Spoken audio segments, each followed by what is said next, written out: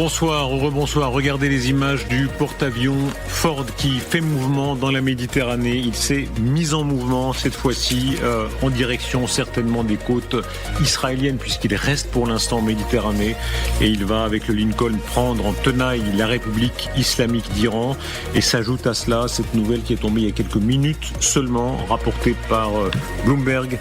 La première unité de drones kamikazes du Pentagone est maintenant prête à intervenir si le président Trump décide de lancer les bombardements contre l'Iran, selon les responsables et analystes américains. J'aimerais, premier tour de plateau, sur cette image et cette nouvelle, votre première réaction, Amiral Vichot, vous nous avez rejoint, merci beaucoup. La concordance des images du port, de ce qu'on verra Diego Garcia et de ce que les Américains annoncent sur le possible engagement de cette unité de drones kamikazes du Pentagone. Bon, le déplacement donc du porte-avions qui vient de se ravitailler en baie de Souda en Crète, c'est normal. Et après avoir traversé l'Atlantique à toute allure, il avait besoin de souffler un peu de minutes et de refaire des vivres et des provisions parce on ne sait pas combien de temps ça va durer au large en Méditerranée orientale, au large de l'État d'Israël. Donc il est en train de quitter la baie de Sud sur ces photos. Quant à l'unité de drone kamikaze, je ne sais pas de quoi il s'agit, très honnêtement. Je pense que c'est des prototypes et les Américains aiment bien utiliser comme ça, profiter de toutes les occasions pour essayer de nouveaux matériels. Et donc c'est magnifique. Ils sont en train de mettre au point bien sûr des drones kamikazes. Ils en ont plusieurs. Il y a un côté catalogue. Vous dites ça. Moi, je me rappelle très bien pendant la guerre du Golfe, la première. On avait l'impression qu'ils avaient sorti tout le catalogue imaginable des armes volantes, maritimes, etc. C'est ce qu'ils font en ce moment. Ils ont sorti tout leur catalogue d'armes navales et aériennes. Ça, c'est absolument certain. Mais pas de force terrestre. Mais pas de force terrestre. Effectivement. Quelques Marines quand même. Oui. On va y revenir. Restons un instant sur cette nouvelle des drones kamikazes. Que sont exactement ces drones Adrien Denis, qui pilote cette émission, nous donne quelques précisions encore. Ces drones Lucas, je ne sais pas comment on les annonce, à bas coût, environ 35 000 $ chacun, conçus pour des attaques unidirectionnelles contre des cibles plus vulnérables, comme des sites de missiles. Les Américains se mettent aussi à la dronisation presque low cost. Oui, bien sûr, comme tout le monde, et avec, comme tout le monde, un peu de retard, à part en Ukraine. Et les Iraniens. Et la Chine, oui, bien sûr. Et non, mais tout ça sert. Pourquoi ? Alors, c'est des drones à longue portée, certainement, sachant qu'ils ont déjà beaucoup de moyens de frappe à longue portée. Tout ça sert en réalité ce qu'on appelle les frappes d'entrée, où on va écraser tout ce qui reste de défense aérienne. Comme ça fait le ciel vide, et après on peut faire ce que l'on veut. Donc, on utilise beaucoup de missiles Tomahawk. Il y a des centaines de missiles Tomahawk qui sont prêts à être tirés là en ce moment depuis tous les bâtiments de l'US Navy. Donc, c'est la dernière annonce, mais ce seraient les premiers à être lancés, si j'ose dire. Ce serait la première salve. On se rappelle que même en juin, la guerre de 12 jours, les Israéliens avaient commencé avec des drones, justement. Bon, sur place et en secret, mais c'était des drones. Il y avait des réseaux à l'intérieur. Oui, là, voilà. Je suppose que c'est à l'extérieur. À l'intérieur. Stéphane Marchand. La question qu'on peut se poser, c'est de savoir si ces drones vont être utilisés avec des avions de chasse pour les piloter. C'est l'arme du futur. Un avion entouré de drones, qui est une sorte de centrale informatique. Comme il y a des F-22 Raptor qui viennent de se poser en Israël, et dont on se demande à quoi ils vont servir, c'est peut-être ça qu'ils vont servir. Un avion de chasse qui pilote des drones autour de lui.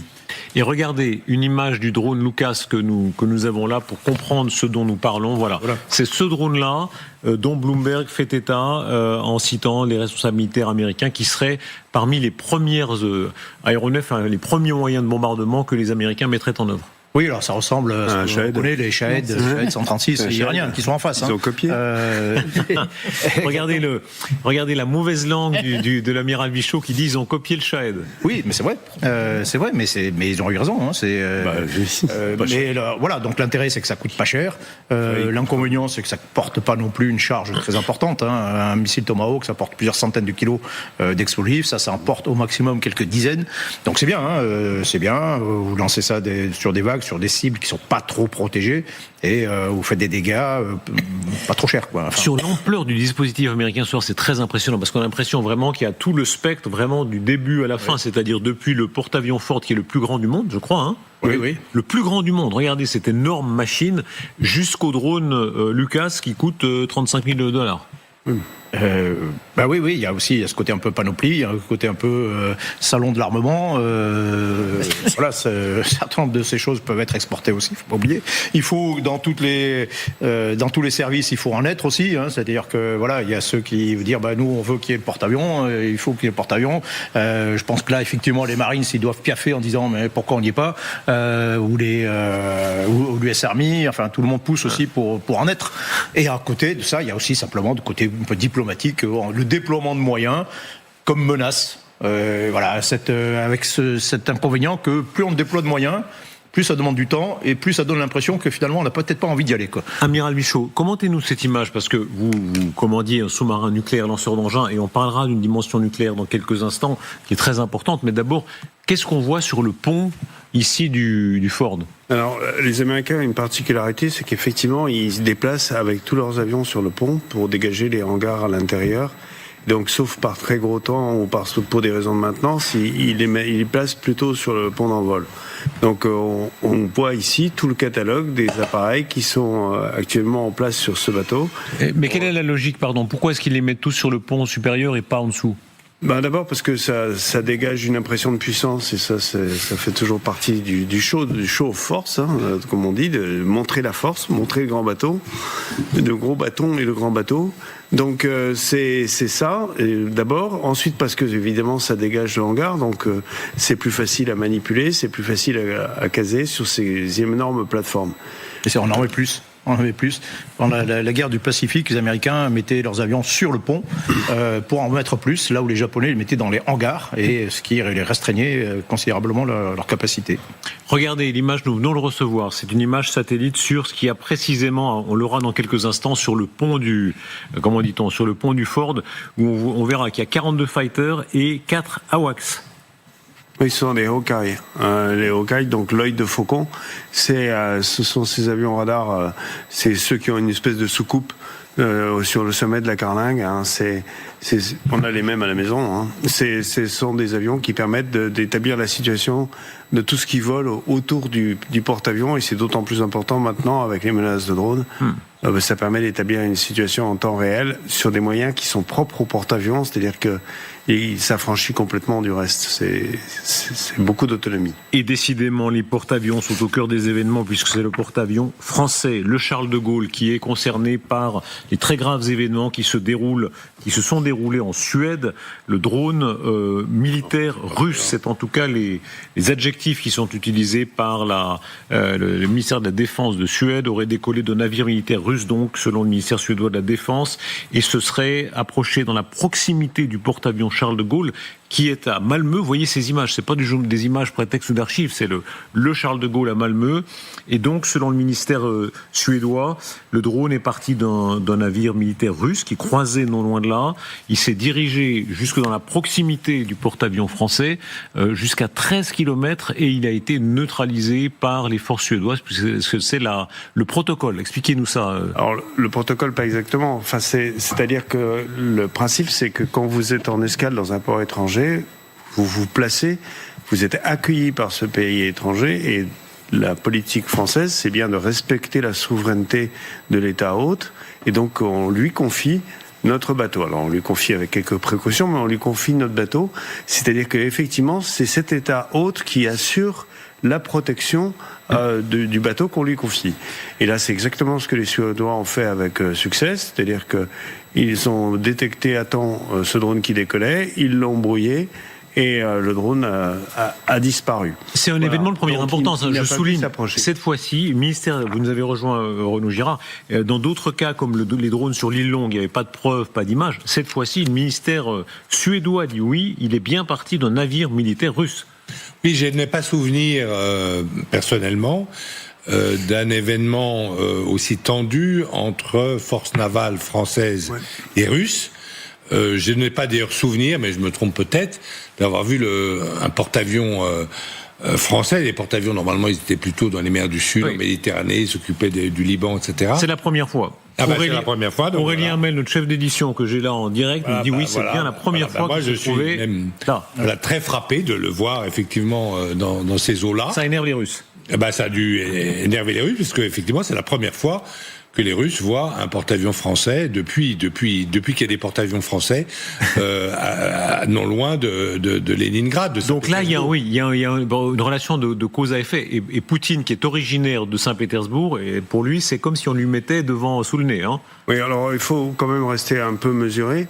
Certes, c'est un événement important, mais des survols d'unités de la marine nationale par des avions russes, par des moyens russes, c'est plutôt fréquent, et ça ne fait qu'augmenter depuis quelques années.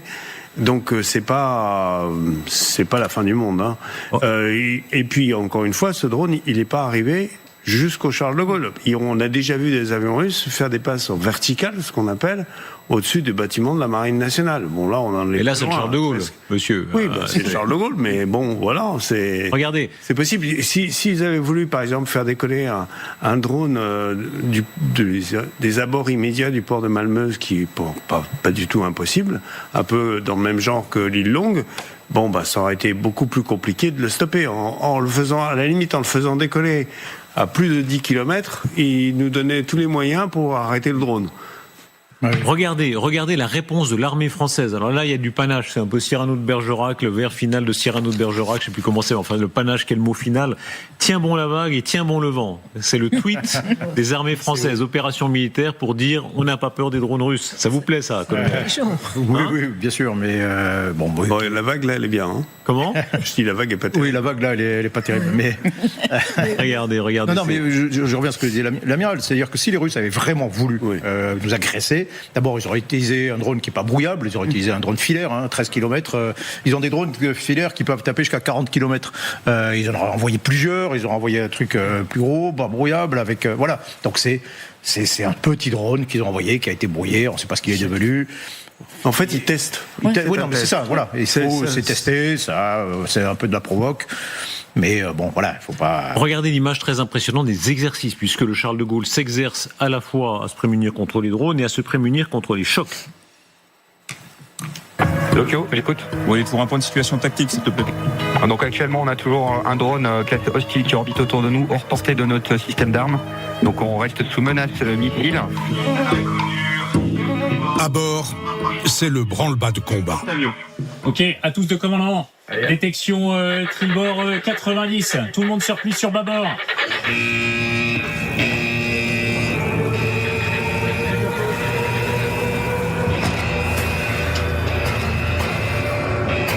Missile à 5 nautiques. C'est dans 3, 2, 1. Impact. Voilà. Amiral, vous qui dirigez un sous-marin nucléaire lanceur d'engins, commentaire? On assiste à près de la prise de la position de sécurité. Si vous avez déjà pris l'avion, vous avez ce petit carton où on vous dit en cas de crash, etc., il faut prendre une position où on se met effectivement en position de sécurité, c'est-à-dire on fléchit les genoux, on baisse la tête, on fait le gros dos pour être sûr qu'on ne soit pas frappé ou que ce soit très difficile de vous frapper par un éclat. Donc c'est exactement les mêmes réflexes auxquels on entraîne sur cette image, ces images, on entraîne les marins précisément pour essayer de résister à un coup qui parviendrait jusqu'au bateau. Et on va tout faire pour éviter, bien évidemment, que le missile ou le drone atteigne le navire. Mais si jamais il l'atteint, l'équipage est prêt et on peut ainsi espérer que les gens, il n'y aura pas trop de blessés ni trop de morts. De la même façon, vous avez observé que tous ces gens-là sont en tenue de pompier, ce qu'on appelle chez nous tenue de pompier léger, c'est-à-dire une tenue inifugée, avec une cagoule anti-feu, avec des masques. Et tout ça, c'est de la même façon, c'est un enseignement qu'on a tiré de la guerre des Malouines, vous voyez, ça date pas d'hier, mais qui était précisément qu'il faut protéger les gens par des tenues inifugées, comme les pompiers, pour être prêts à résister à un incendie à bord. Tout est fait pour limiter les dégâts d'un impact sur le navire. Est-ce qu'un porte-avions est vulnérable ou non? On se rappelle, on a vécu longtemps dans l'idée qu'un porte-avions c'est invulnérable. Est-ce que le porte-avions, que ce soit le Charles de Gaulle là dans la Baltique ou le Ford en Méditerranée ou le Lincoln dans la mer d'Arabie, est-ce qu'ils sont vulnérables? Il n'y a rien d'invulnérable. Non, mais là, exactement, il n'y a rien d'invulnérable. Maintenant, c'est un gros morceau quand même. Hein. Ouais, Voilà. Fois, il faut raisonner en termes de groupe. aéronaval, il n'est pas tout seul. Donc sur le groupe aéronaval, c'est d'abord des avions, donc des avions qui vont aller très loin, avec les Hawkeye dont on parlait, les radars qui vont surveiller toute cette bulle de protection sur peut-être 400 km. Ensuite, vous avez des hélicoptères qui peuvent intervenir contre des drones et assez efficacement. Vous avez tous les deux frégates qui sont à côté du porte-avions qui protègent contre le ciel, contre les sous-marins, qui ont aussi tous leurs moyens propres de défense, leurs missiles, les missiles Aster, les canons mitrailleurs, etc., qui vont intervenir. Et puis en dernier recours, vous avez la défense propre du porte-avions, qui a également ses moyens et ses missiles, etc. Et je veux toujours ajouter un élément, c'est que tout ça c'est mobile. C'est-à-dire que si vous attaquez de très loin, vous voyez le drone Shahed, vous décidez, les Iraniens décident d'attaquer l'Abraham Lincoln et son groupe aéronaval avec des Shahed. Les Shahed, ils sont prédestinés. Il y a une position qui est précise. Le temps, les heures qu'ils mettront à arriver sur la position, il y a longtemps que le Abraham Lincoln sera parti. Donc c'est aussi des cibles mobiles. Donc tout ça pour dire, et puis c'est des grosses cibles. Le Gerald Ford, il est plus gros que le cuirassé Yamato du japonais pendant la Seconde Guerre mondiale. Mais c'est une très bonne question de dire est-ce qu'ils sont vulnérables, parce que ils sont vulnérables quand même. Ils sont beaucoup plus vulnérables qu'ils ne l'étaient pendant la guerre du Pacifique. C'est la dernière grande guerre où la bataille de Midway, où les porte-avions se sont affrontés, où les Américains ont réussi à détruire 4 porte-avions japonais, etc., etc. Parce que d'abord, c'était très difficile de les repérer. Il fallait des avions et pour repérer on savait pas où ils étaient. Il n'y avait pas de satellite, il n'y avait pas de. Et donc, ça, c'était la première chose. Et la deuxième chose, il n'y avait pas de missiles hypersoniques. Aujourd'hui, les Russes et les Chinois ont développé des missiles hypersoniques qui peuvent arriver à une très très grande vitesse sur le porte-avions, qui est, comme le disait le colonel, une énorme masse de ferraille et qui est donc repérable assez facilement. Et c'est le danger. Est-ce qu'on sait intercepter ces missiles hypersoniques chinois ou russes avant qu'ils ne détruisent, qu'ils frappent le porte-avions? Et ils sont tellement rapides qu'ils peuvent effectivement faire couler un porte-avions. Mais là, la question est de savoir si les Iraniens, dans leur plan de guerre, ont prévu des opérations de type on met le paquet sur un porte-avions. Est-ce que dans ce cas-là, le porte-avions peut être atteint? Parce que, politiquement parlant, ce serait catastrophique pour les Américains qu'un de leurs navires soit atteint. Là, vous avez un exercice qui a été fait en 2002, un exercice qui se passait où la 5e flotte pénétrait dans le golfe Arabo-Persique, effectivement. Et d'un seul coup, elle s'est retrouvée dans cet exercice attaquée par des essaims de vedettes suicides qui sont arrivés de tous les côtés et qui ont coulé une bonne partie de la 5e flotte. Et donc les Américains sont quand même souvenus de cette affaire. Et le Abraham Lincoln, il est loin quand même des côtes. Et tous les bâtiments sont quand même très loin.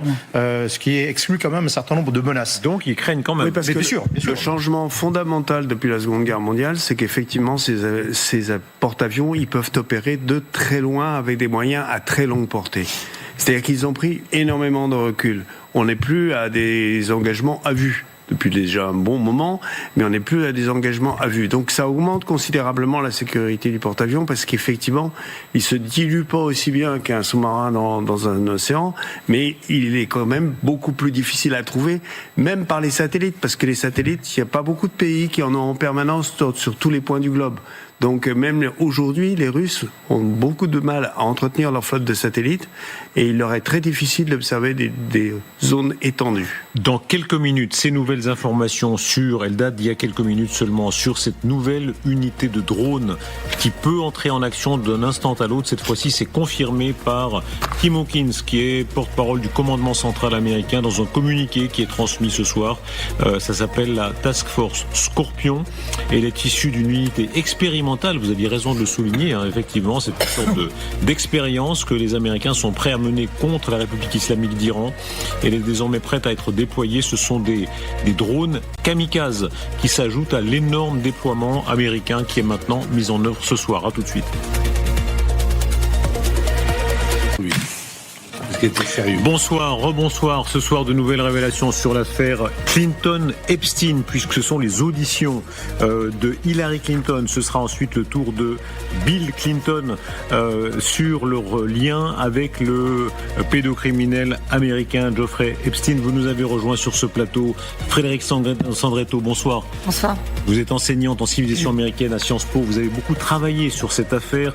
Et Julien Guester, bonsoir. Bonsoir. Vous êtes notre confrère de Libération, ancien correspondant aux États-Unis.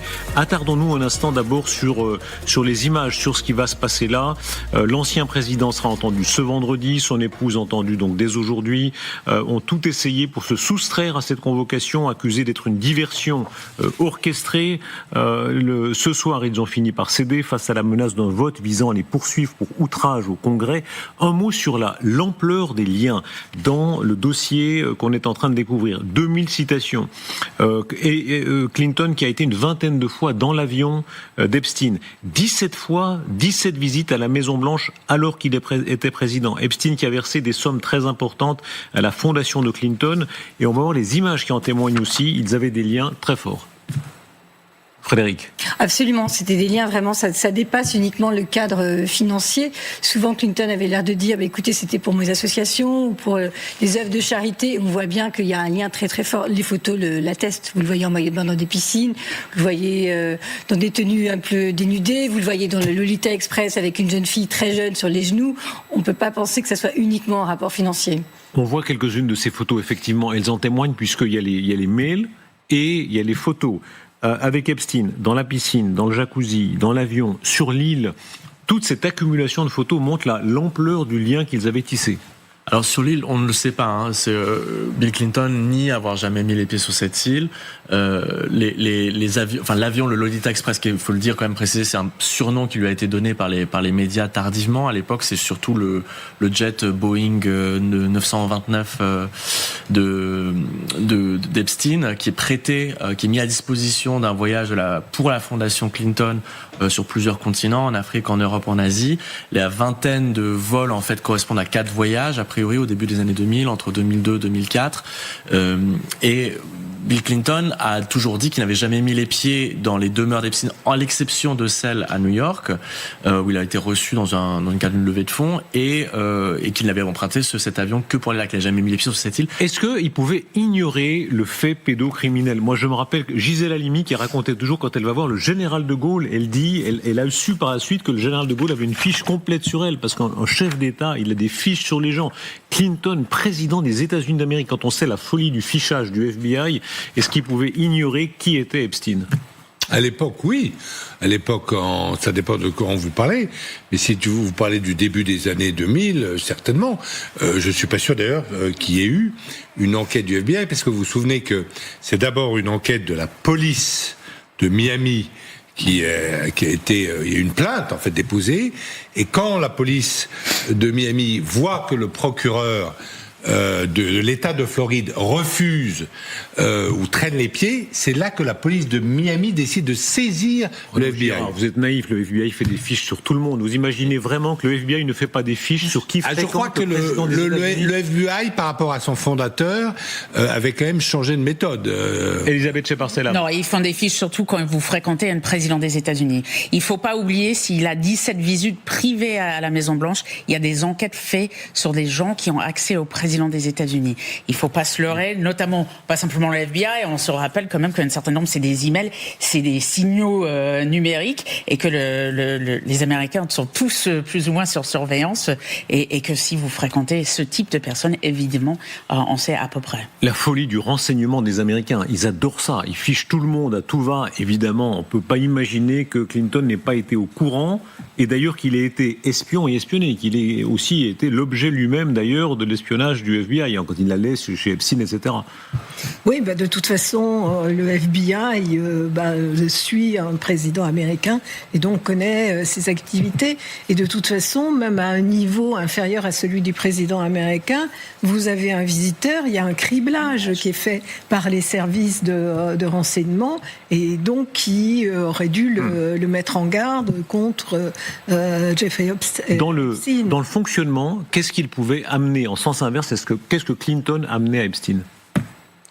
Mais je pense que Epstein était fasciné par les puissants aussi. C'est-à-dire qu'il y avait le sexe, il y avait l'argent, effectivement, mais il voulait s'approcher de tous les présidents, il avait voulu s'approcher de Poutine aussi.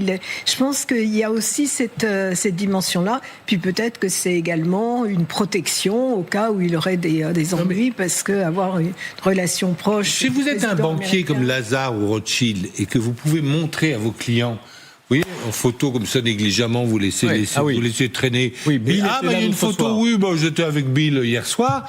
Ça aide dans la banque d'affaires Darius, ça aide, ça aide, bien sûr.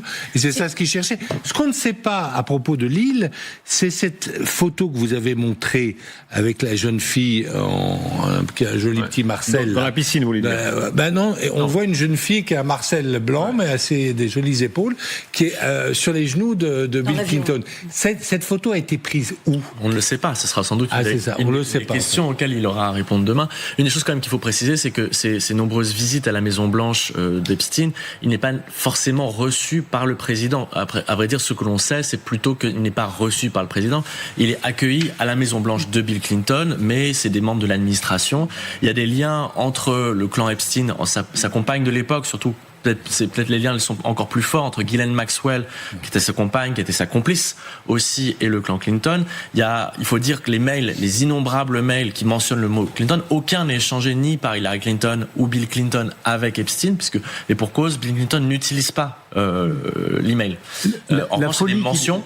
Et en revanche, il y a en effet des échanges à caractère pour le coup extrêmement salace qu'on peut retrouver entre l'un des assistants à la Maison Blanche de Bill Clinton et Ghislaine Maxwell, qui sont échangés quelques années plus tard. Les dossiers qu'il avait sur les gens, on va voir certaines images de son appartement à New York, et avec les caméras qui permettaient de filmer dans les pièces et l'espèce de régie. Voilà, ça c'est les caméras qu'il avait à l'angle des pièces, y compris sa propre chambre à coucher, et une sorte de régie numérique où il pouvait avoir des photos et des films de tout ce qui se passait. Regardez, une petite régie, voilà, qu'il avait là, pour avoir vraiment pour documenter les choses à la charge des gens. Alors, moi, je voudrais juste revenir sur un point quand même par rapport à Bill Clinton, c'est son passif. Il y a eu quand même l'affaire Lewinsky, il y a plusieurs femmes qui ont porté plainte contre lui pour harcèlement sexuel, Paula Jones, Jennifer Flowers, donc il est pas blanc dans cette histoire, et je pense que l'Amérique se souvient de ça. Il y a quand même cet amalgame avec ce passé qu'il a derrière lui, qui est important. Oui, même si c'est quand même assez différent. Oui. Les affaires qu'il avait eues avant d'être élu président étaient extrêmement nombreuses et ont fait l'objet de plein de manipulations. Mais là, la pédophilie, ça serait complètement autre chose. Et de même que pour Trump, d'ailleurs. Trump, s'il est rattrapé par l'affaire, ce sera aussi... Et c'est aussi la crédibilité de la parole de Clinton. Il a quand même menti sous serment. Donc là, on se dit, est-ce qu'il n'est pas capable finalement de le refaire une deuxième fois? Donc c'est vraiment la question de la véracité de sa parole. Et c'est très important parce que, en fait, au départ de toute cette affaire Epstein, c'était les démocrates qui voulaient que ça sorte pour confondre Trump et les républicains, Trump le chef des républicains. Et en fait, on s'aperçoit que Epstein avait beaucoup plus de relations avec la gauche caviar qu'avec la droite Rockefeller. Ça, c'est le côté politique de Renaud Girard. Je signale qu'on a sur ce plateau, pour la première fois, Libération à gauche et Renaud Girard à droite, donc on est large. Non, mais c'est pas tout à fait vrai non plus. Epstein, il tisse sa toile partout où il peut. Il a des alliés dans tous les camps. Il est plutôt lié au cercle d'argent, de financement, de philanthropie démocrate dans les années 90-2000. Mais c'est quelqu'un qui diversifie autant qu'il peut. Aujourd'hui, il apparaît aussi qu'il a gardé, et c'est pas du tout pour mettre un républicain en face d'un démocrate, mais il a gardé des liens profonds avec Howard Lutnick, qui est l'actuel ministre du Commerce de Donald Trump, qui a menti là aussi de manière maintenant aujourd'hui tout à fait transparente à l'automne dernier en disant qu'il avait cessé de fréquenter Epstein à la seconde où il est entré chez lui en 2005, qu'il a senti à quel point cet être était répugnant, avec lui sa femme refusait le revoir. Et aujourd'hui, on sait qu'ils ont passé les fêtes sur son île avec lui en 2012. Julien, en quelques jours, on découvre l'accélération des personnalités de tout premier plan qui était là dans sa brochette de personnalités qui pouvait vendre, comme vous dites, quand il l'invitait à des dîners, viens, je vais inviter un tel et un tel. Bill Clinton, président des États-Unis d'Amérique. Bill Gates, un des hommes les plus riches du monde et une légende vivante de la tech et de l'économie. Bill Gates qui de la philanthropie, il faut le dire aussi. Voilà, qui l'a fait chanter, parce que Gates avait eu des relations avec des jeunes femmes russes, et donc Epstein l'a fait chanter. On a ensuite Andrew, le prince Andrew, qui a eu sa garde à vue l'autre jour, il y a quelques jours, 9 heures de garde à vue. Hawking, qui était une sorte de gourou intellectuello, physico, je ne sais quoi, pour toute une génération, la cosmologie. Moi, j'ai connu quand j'étais étudiant, Hawking, c'était un dieu vivant pour nous. Hein, voilà. C'est d'ailleurs une des grandes forces d'Epstein, c'est que parmi son immense réseau, il y a beaucoup de scientifiques, ce qui pendant très très très longtemps a crédibilisé finalement son action et son mondanisme, parce qu'il prétendait le mettre au service de la science. Ouais. Et il avait un carnet d'adresses scientifiques absolument stupéfiant. La dernière semaine à Paris, qu'il passe à Paris juste avant son arrestation, il dîne avec 2 mathématiciens de très très haut niveau. Il était obsédé par l'eugénisme. C'est encore une fois, il tisse sa toile un peu partout, mais il a ses obsessions qui le conduisent, et ce compte en banque aussi, concrètement cette ligne de crédit. Oui, généreux. Ils disent tous il était généreux. Oui. Les universités aussi. Oui. Beaucoup d'universitaires. Lawrence Summers, l'ancien président d'Harvard, qui était aussi ministre de Clinton, qui a dû démissionner aussi. Oui, on ne se pas trop. Est-ce que ça va retomber sur les élites? Encore une fois, il ne s'agit pas de dire tous pourris, mais quand même beaucoup pourris, parce que c'est vrai que ancien président des États-Unis, légende vivante de la tech et de l'économie, un très grand spécialiste de la cosmologie, tout ça fait quand même beaucoup. Et c'est vrai que les historiens, depuis l'affaire Lang, quand les historiens réécriront, si vous voulez, 81, ils seront peut-être moins enthousiastes d'en changer la vie, enfin, les honnêtes sont arrivés, c'est plus les puissances de l'argent, etc. Ils feront plus attention en écrivant l'histoire, parce qu'il y a quand même l'affaire Lang, quoi. Et Lang était vraiment le pilier de Mitterrand, 81, la fête du Panthéon, etc. Donc on va faire attention là maintenant. Mais ce que cherchait Epstein, c'était l'affluence et puis quelque part la faille, c'est-à-dire qu'il était dans un rapport de redevabilité. Il prenait ces personnes qui avaient de l'influence, que ce soit sur le milieu financier, économique, culturel, scientifique, comme vous l'avez rappelé, et la contrepartie, c'était de faire du chantage, c'est-à-dire voilà, il y a une faille, je m'engouffre et donc vous m'êtes redevable. Mais pour les opinions publiques mondiales ou ceux qu'on appelle les populistes, c'est quand même le Gotha mondain, cosmopolite, et parce qu'il y a eu aussi le propriétaire de Davos, qui est l'objet de très vives critiques. Bill Gates, effectivement, même s'il a des activités philanthropiques, c'est l'icône de la richesse et de cette économie numérique.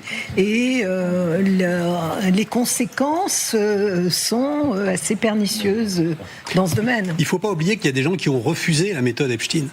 Comme il y a des gens qui ont refusé la méthode de ce gars qui avait fait une pyramide de Ponzi à New York, on refusait sur des principes clairs, très très très très identifiés. Par exemple, il y a une fondation française, je ne vais pas la citer pour faire de la publicité ici, mais qui a refusé un chèque d'Epstein en apprenant que ce qu'il avait fait. Oui. Donc beaucoup de gens sont tombés dans ces filets. Il y a des gens qui ont résisté. Mais ce qui lui a résisté aussi, c'est la justice. Pendant très longtemps, on en parlait. La première plainte contre Epstein, elle est déposée en 96. À l'époque, elle ne donne rien. Le FBI n'enregistre pas la plainte pour viol. Il enregistre simplement le vol. La trace a mis 30 ans là avec l'Epstein's Files à reparaître. De cette jeune femme, il enregistre simplement le fait qu'elle dénonce qu'on lui a volé des photos dénudées de ses jeunes sœurs qui sont mineures. Donc ça pose en effet la question de quand il est reçu à la Maison Blanche, de quand les Clinton entretiennent une relation au long cours. Enfin, en tout cas Bill Clinton, parce que Hillary Clinton c'est plus compliqué, c'est moins clair même à l'issue de cette audition qui est encore en cours. Comment est-ce que il était possible d'ignorer que quelqu'un qui avait été comme ça pointé au FBI dès 96, et comment est-ce qu'il a pu ensuite échapper aussi longtemps à la justice? Pardon, je vous ai dit. C'est que un président, Bill Clinton, sur les années où il accompagne Epstein sur son avion, etc., il est suivi par le Secret Service. Il ne peut pas mettre un pied dehors. Voilà. Donc on connaît ses moindres déplacements et ça devrait, pour le coup. Mais déjà en 2008, avec le Non-Prosecution Agreement, l'accord qu'il a passé avec le juge, quand même, on peut avoir des doutes. Avec un procureur fédéral. Oui, on peut avoir des doutes. Nous nous approchons ce soir sans doute d'un affrontement entre les États-Unis et la République islamique d'Iran. La dernière nouvelle est tombée il y a quelques secondes. L'Iran rejette l'accord américain sur le programme nucléaire. C'est le Wall Street Journal qui le rapporte. Les négociations de Genève se sont soldées par un échec. Téhéran refuse absolument même la solution du transfert à l'étranger des stocks d'uranium enrichi, s'opposant totalement à l'arrêt de l'enrichissement, au démantèlement des installations nucléaires et aux restrictions indéfinies de son programme. Cela coïncide avec les images qu'on va voir maintenant. C'est le porte-avions Ford qui a fait mouvement. C'est aussi ces drones kamikazes américains qui sont prêts à frapper. Je vous propose d'entendre un extrait du reportage de Lise Romboudoul, puisque la question est de savoir ce qui va se passer maintenant sur le terrain en Iran. Est-ce que des groupes de résistance peuvent participer à l'opération pour renverser le régime? Nous sommes quelque part dans la montagne entre l'Irak et l'Iran, et notre équipe s'est rendue dans un camp militaire caché. Les femmes rencontrées sont iraniennes, elles ont fui le régime et sa répression. C'est Lise Romboudoul et Philippe de Poulpiquet qui signent. Quelque part dans la montagne, entre l'Irak et l'Iran, nous arrivons dans un camp militaire, caché. Ces femmes sont iraniennes. Elles ont fui le régime des mollahs et sa répression. Cheveux au vent, sans voile, elles se forment au combat. Kalachnikov contre la poitrine. Elles sont convaincues qu'un jour, il faudra faire chuter le régime iranien, armes à la main. Je me sens prête pour entrer en Iran et me battre dès que ce sera possible. Ici, c'est toute une armée d'opposants iraniens exilés qui s'entraînent. Ils sont des centaines dans ces montagnes, de différentes communautés, kurdes, baloutches, arabes. Tous rêvent d'un Iran démocratique et laïque. L'Iran c'est là et la Turquie c'est là. Ok, on continue. Et vous nous avez rejoint, Lise Romboudoul. Merci beaucoup d'être là. Reportage très fort. Est-ce que si les Américains attaquent, je rappelle donc ces dernières nouvelles, les négociations ont échoué, si les Américains attaquent, est-ce qu'il y a assez vite sur place, au sol, des unités de résistance comme celle-là qui peuvent en quelque sorte venir en aide pour renverser le régime? En tout cas, j'en ai rencontré dans ces montagnes qui bordent justement la frontière entre l'Irak et l'Iran, au nord de l'Irak en fait. Il y a beaucoup de Kurdes dans ces mouvements-là, mais il y a aussi d'autres minorités iraniennes. Il y a des Baloutches, il y a des Arabes, et tous sont en train de se rassembler et ils l'ont même annoncé officiellement cette semaine. Ils sont prêts. Ils se sont entraînés pendant des années, puisque c'est des mouvements de résistance qui existent depuis 4 décennies au moins. Et pour l'instant, ils n'attendent qu'une chose, feu vert, pour pénétrer dans cette zone au-dessus des crêtes, dans cette zone frontalière, qui leur permettra d'avancer par groupe selon les ordres, les commandements autres, puisqu'en fait, ils travaillent en relation directe avec les services de renseignement israéliens et bien sûr les Américains. C'est ça, ce que vous apportez ici est vraiment spectaculaire. Je souligne la qualité de votre reportage parce que pour la première fois, on répond à l'objection. On disait, il n'y a pas d'armes, de toute façon, si les Américains attaquent, ils n'auront pas de relais au sol. Là, on a un relais au sol. On se doutait de toute façon, on savait que les Israéliens avaient quelques relais au sol, notamment depuis cet été. Ils l'ont déjà prouvé. La question, c'était à quel point c'était organisé. Et ça répond à cette question de à quel point c'est organisé. Sont-ils assez... Alors la question devient, sont-ils assez nombreux? Mais là, on voit qu'ils sont assez armés, en tout cas plus armés qu'on le croyait. Et ça, c'est une réponse très importante. Mais j'ai bien sûr pas pu montrer les autres armes plus conséquentes. Ça veut dire qu'ils ont de l'armement. Les Américains les aident et le Mossad les aide? Je ne sais pas qui livre les armes. Ils sont pas allés jusque-là dans les détails, mais ils ont des armes, je les ai vues, mais on n'a pas pu les tourner parce que pour leur sécurité, bien sûr, comme on ne peut pas dire exactement où ils sont situés dans les montagnes, mais il y a 1500 km de frontière entre l'Iran et l'Irak, donc des montagnes très hautes qui permettent justement des cachettes. Et la frontière iranienne n'était pas loin, elle était à 8 km. Renaud Girard, c'est très intéressant. Là, on a vraiment un document exceptionnel parce qu'on comprend que il y a beaucoup de gens au sol armés. Cette fois, on parle de gens armés qui sont prêts à aider à renverser la dictature des mollahs. Alors ça, c'est la deuxième information très intéressante qu'on a cette semaine, effectivement, Darius. Lundi, sur votre plateau, on a appris par quelqu'un qui parlait l'iranien, une iranienne, et qui a eu des témoignages, on a cité ici, d'Iraniens qui demandaient l'intervention américaine. Donc ça, c'était très là. Et là, de gens qui sont prêts à être guidés par une force de commando, qu'elle soit israélienne ou américaine, c'est un peu la même chose en l'occurrence. Et donc, peut-être que là, effectivement, s'il y a des commandos qui sont amenés, notamment les Israéliens ont montré qu'ils connaissaient bien l'Iran, qu'ils étaient capables d'assassiner tous les responsables du programme scientifique nucléaire iranien. Si effectivement il y a des commandos sur place, il peut y avoir effectivement la construction avec ces gens-là qu'on vous montrait, Lise Romboudoul, d'une boule de neige qui devra s'épaissir, et s'épaissir sans doute aussi avec les officiers de l'armée iranienne, pour renforcer ce pouvoir des passes d'Aran. Regardons le deuxième extrait de votre reportage, Yzeran Boudoul. On va le voir maintenant. C'est la peur des drones iraniens, toujours dans la montagne, puisque si des combats ont lieu, combats au sol pendant les bombardements américains, ça va être une dimension très importante. Là, on monte vers une position avec les combattants, plus haut dans la montagne, où apparemment il y a une autre équipe qui observe justement le front iranien. Et depuis plusieurs années, ils se préparent sur les hauteurs, malgré les drones de l'ennemi qui ne sont jamais loin. L'autre jour, les Iraniens ont envoyé un drone vers cette montagne. On lui a tiré dessus et on l'a descendu. Est-ce qu'on peut monter plus haut? Oui. Pas de drone en vue, nous pouvons nous rapprocher de la toute dernière position, à 2500 mètres d'altitude. C'est là que les hommes s'entraînent au tir.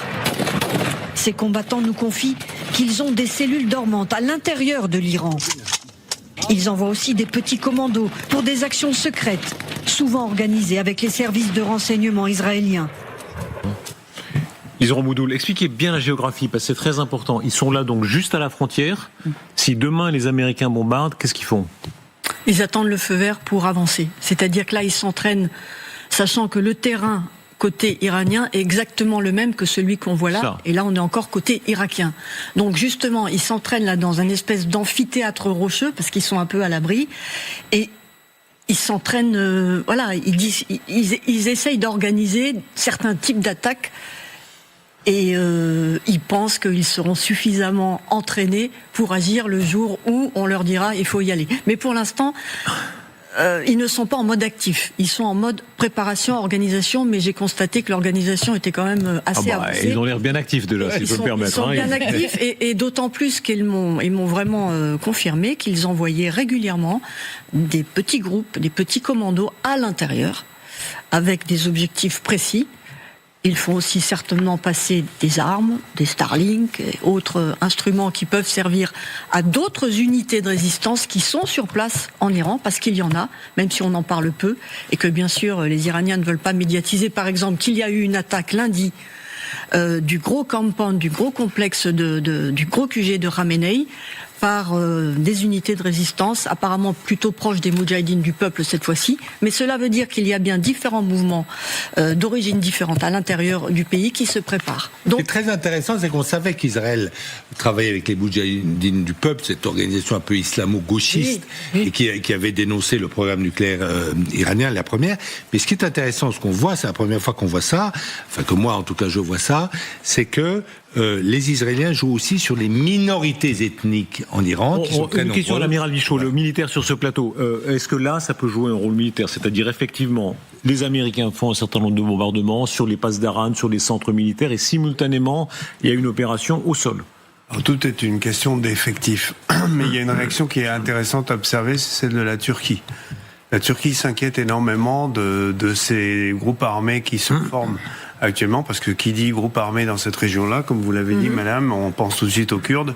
Et quand on parle aux Turcs des Kurdes, ils pensent immédiatement au PKK, donc au Parti communiste kurde, qui est une des principales organisations de résistance. Alors, le PKK, c'est probablement pas lui qui est en première ligne, puisqu'il est catalogué comme terroriste par les Américains. Donc Eux aussi. Eux aussi. Bon, alors voilà, donc peut-être qu'il est aussi en première ligne. Mais donc les Turcs sont très inquiets, ce qui prouve bien que la menace est assez conséquente.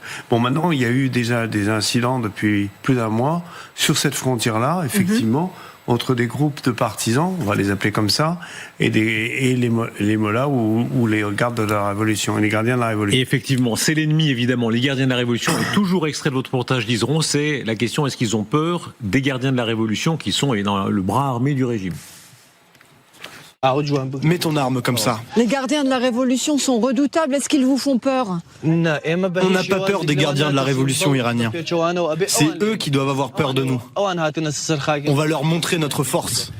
Alors ces combattants n'espèrent qu'une chose maintenant, que les États-Unis et Israël lancent des bombardements sur l'Iran. Eux attendent le feu vert pour traverser la frontière iranienne derrière ces crêtes. Voilà. Quel est l'état des forces, Yvon Boudoul? On dit qu'il y a 120 000 passes d'Aran à peu près, c'est ça, c'est les chiffres qu'on articule souvent. Oui, mais si on ajoute les Bassidji, les forces, les commandos spéciaux, ça fait entre 1,5 million et 2 millions de personnes. Et là, combien sont-ils dans les montagnes à peu près? Ils ne le diront pas, mais plusieurs centaines. Ouais. Ça fait pas le poids. Est-ce que vous avez des informations sur les renforts qui vont en face, c'est-à-dire des combattants étrangers, par exemple du Hezbollah, qui viendraient en ce moment en Iran aider le régime? En tout cas, j'ai vu les milices irakiennes pro-iraniennes qui sont aussi dans cette zone-là, au nord de l'Irak, au nord du Kurdistan irakien, et qui sont, alors elles, très nombreuses et aussi prêtes à agir si l'Iran était attaqué. En faveur de l'Iran. En faveur de l'Iran, bien évidemment. Mais l'Irak a cette particularité-là, c'est que, comme ils disent, la journée on est avec les Américains et la nuit on est avec les Iraniens. Alors ce qui est intéressant, c'est que plus à l'est, on arrive à la Caspienne et là à l'Azerbaïdjan. Ouais. Et là sur l'Azerbaïdjan, effectivement, les Israéliens disposent de bases même, d'observation et même de bases d'où pourraient partir d'éventuels commandos israéliens pour essayer de créer ce phénomène de boule de neige. Effectivement, il y a deux possibilités d'entrée, par ces montagnes au niveau du Kurdistan irakien et par la zone azérie, où il y a beaucoup d'espions. Et aussi des minorités ethniques. Et des minorités ethniques. Ils sont azéris, ils ne sont pas persans. Et effectivement, ce que l'on constate là depuis ces dernières semaines, ces minorités ont une volonté de se rassembler pour faire chuter le régime, ce qui n'existait pas avant. Et quand on sait qu'elle représente 55%, voire 60% de la population iranienne, ça peut jouer. Bien sûr. Et surtout au Kurdistan iranien, parce qu'on me disait que même dans les années précédentes, les passes d'Aran, même quand ils faisaient la chasse aux femmes non voilées à Téhéran, n'osaient pas la faire dans le Kurdistan iranien, parce que là, ils se dit, voilà, parce que là, ils sont vraiment pas populaires du tout. Donc, et le slogan Femme, vie, liberté est un slogan qui est né dans les milieux kurdes iraniens. Tout à fait. Donc on a au sol ces unités, on a sans doute des unités du Mossad qui sont présentes. Est-ce qu'on a, d'après vous, Amiral Bichot, aussi des Américains qui sont prêts au sol à leur prêter main forte? Stéphane Marchand? Je n'ai aucune idée là-dessus. Moi non plus. Sauf que si les Américains préparent des frappes, en général, il faut illuminer les cibles. Et pour illuminer les cibles, on n'a encore rien trouvé de mieux que d'envoyer des hommes pour le faire. Les interlocuteurs qu'on a, qui sont d'anciens membres du Mossad, disent que la CIA coopère en Iran même avec le Mossad. Donc il y a effectivement... Il y a des agents sur place, c'est pas forcément des Américains, mais des agents sur place. Après, aux États-Unis, ils parlent un peu, mais encore une fois, c'est des rumeurs d'éventuels. Enfin, on parlait d'Azerbaïdjan, c'est à la fois un allié d'Israël et des États-Unis, éventuellement notamment des forces spéciales, au cas où aussi il y a un pilote, par exemple, qui tombe, qu'il faudrait soustraire le pilote de l'Iran. Mais il reste une influence américaine extrêmement forte en Irak.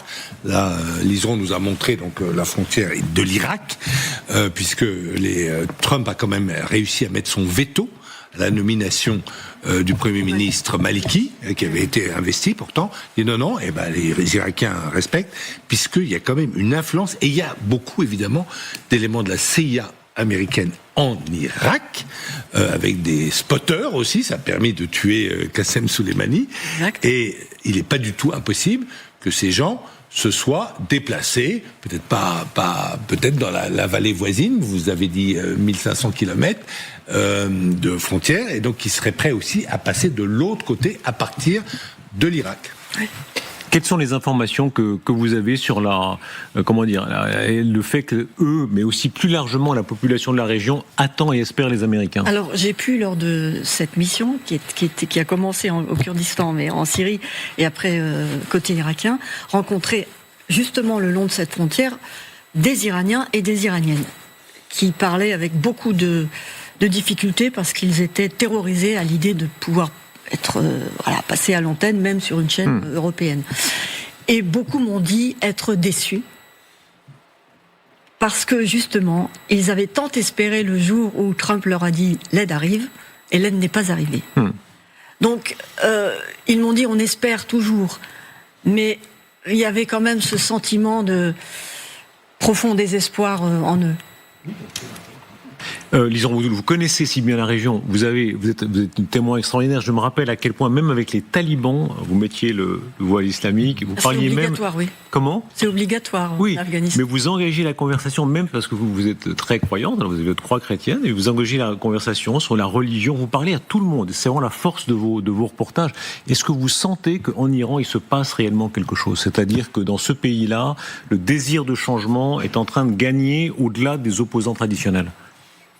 Non, je ne peux pas le dire. Parce que je discute aussi avec des Iraniens à l'intérieur du pays quand c'est possible, quand les voies de communication le permettent. Mais il y en a encore beaucoup qui voient très mal une intervention extérieure, américaine ou israélienne, ou les deux en même temps. Mais ils n'en veulent pas. Ils le vivent encore assez mal. Alors peut-être que si ça arrive, ils changeront, mais je ne dirais pas que toute la population attend l'arrivée des Israéliens. Américains et des Israéliens. On parle de 82% de la population qui n'en veut plus de ce régime. Or, on voit, eux sont armés effectivement, mais la population qui s'est révoltée dans les rues de Téhéran et des autres villes est à main nue et donc se fait massacrer. Donc voilà, il n'y a probablement pas d'alternative. Comment est-ce que vous expliquez ça ? Vous connaissez très bien ça. Comment est-ce que vous expliquez qu'il n'y ait pas davantage de volonté de tout le monde de renverser ce régime ? Parce que ce régime, il a construit quand même ses réseaux. Alors la dernière fois que j'étais en Iran, c'était il y a 2 ans, parce que depuis... il ne me donne plus l'autorisation d'y aller. Il la donne à très peu de journalistes, d'ailleurs. Ils ne l'ont pas donné non plus. Oui, voilà. Bon, j'ai pu parler quand même avec toute la société, et je m'intéresse à parler aussi à ceux qui défendent ce régime. Et il y en a toujours. Et il y a beaucoup de populations qui se disent religieuses, parce que c'est quand même un système théocratique qui correspond aussi à des pensées de la population. Donc je me dis que ça va pas être si simple, même s'il y a des minorités qui font partie des vastes oppositions depuis des décennies, il y a quand même au cœur de cette population perse, alors là pour le coup, des partisans de ce régime où on mélange la politique et le religieux. Est-ce qu'il est vrai que dans les campagnes, on dit souvent ça, nous, on se fait une illusion de l'extérieur, on a l'impression que tout le monde est plutôt pro-occidental, libéral, prêt au changement, mais que dans les campagnes, il y a encore une résistance au changement. C'est exactement ce que j'avais vécu en Afghanistan, c'est-à-dire que dans les campagnes, on est moins prompt à dire on veut un régime démocratique et laïque. Voilà, le religieux est quand même une base, une constante que l'on ne peut pas éliminer si facilement parce qu'il y a un désir de certains ou parce qu'il y a une volonté extérieure d'intervenir. Regardez cette image en Téhéran. Si l'information du Wall Street Journal est confirmée, ceux qui disent que les Iraniens refusent absolument le deal avec les Américains, il est clair que les frappes vont être tout de suite. Pratiquement. C'est absolument évident. Modi est parti, donc oui.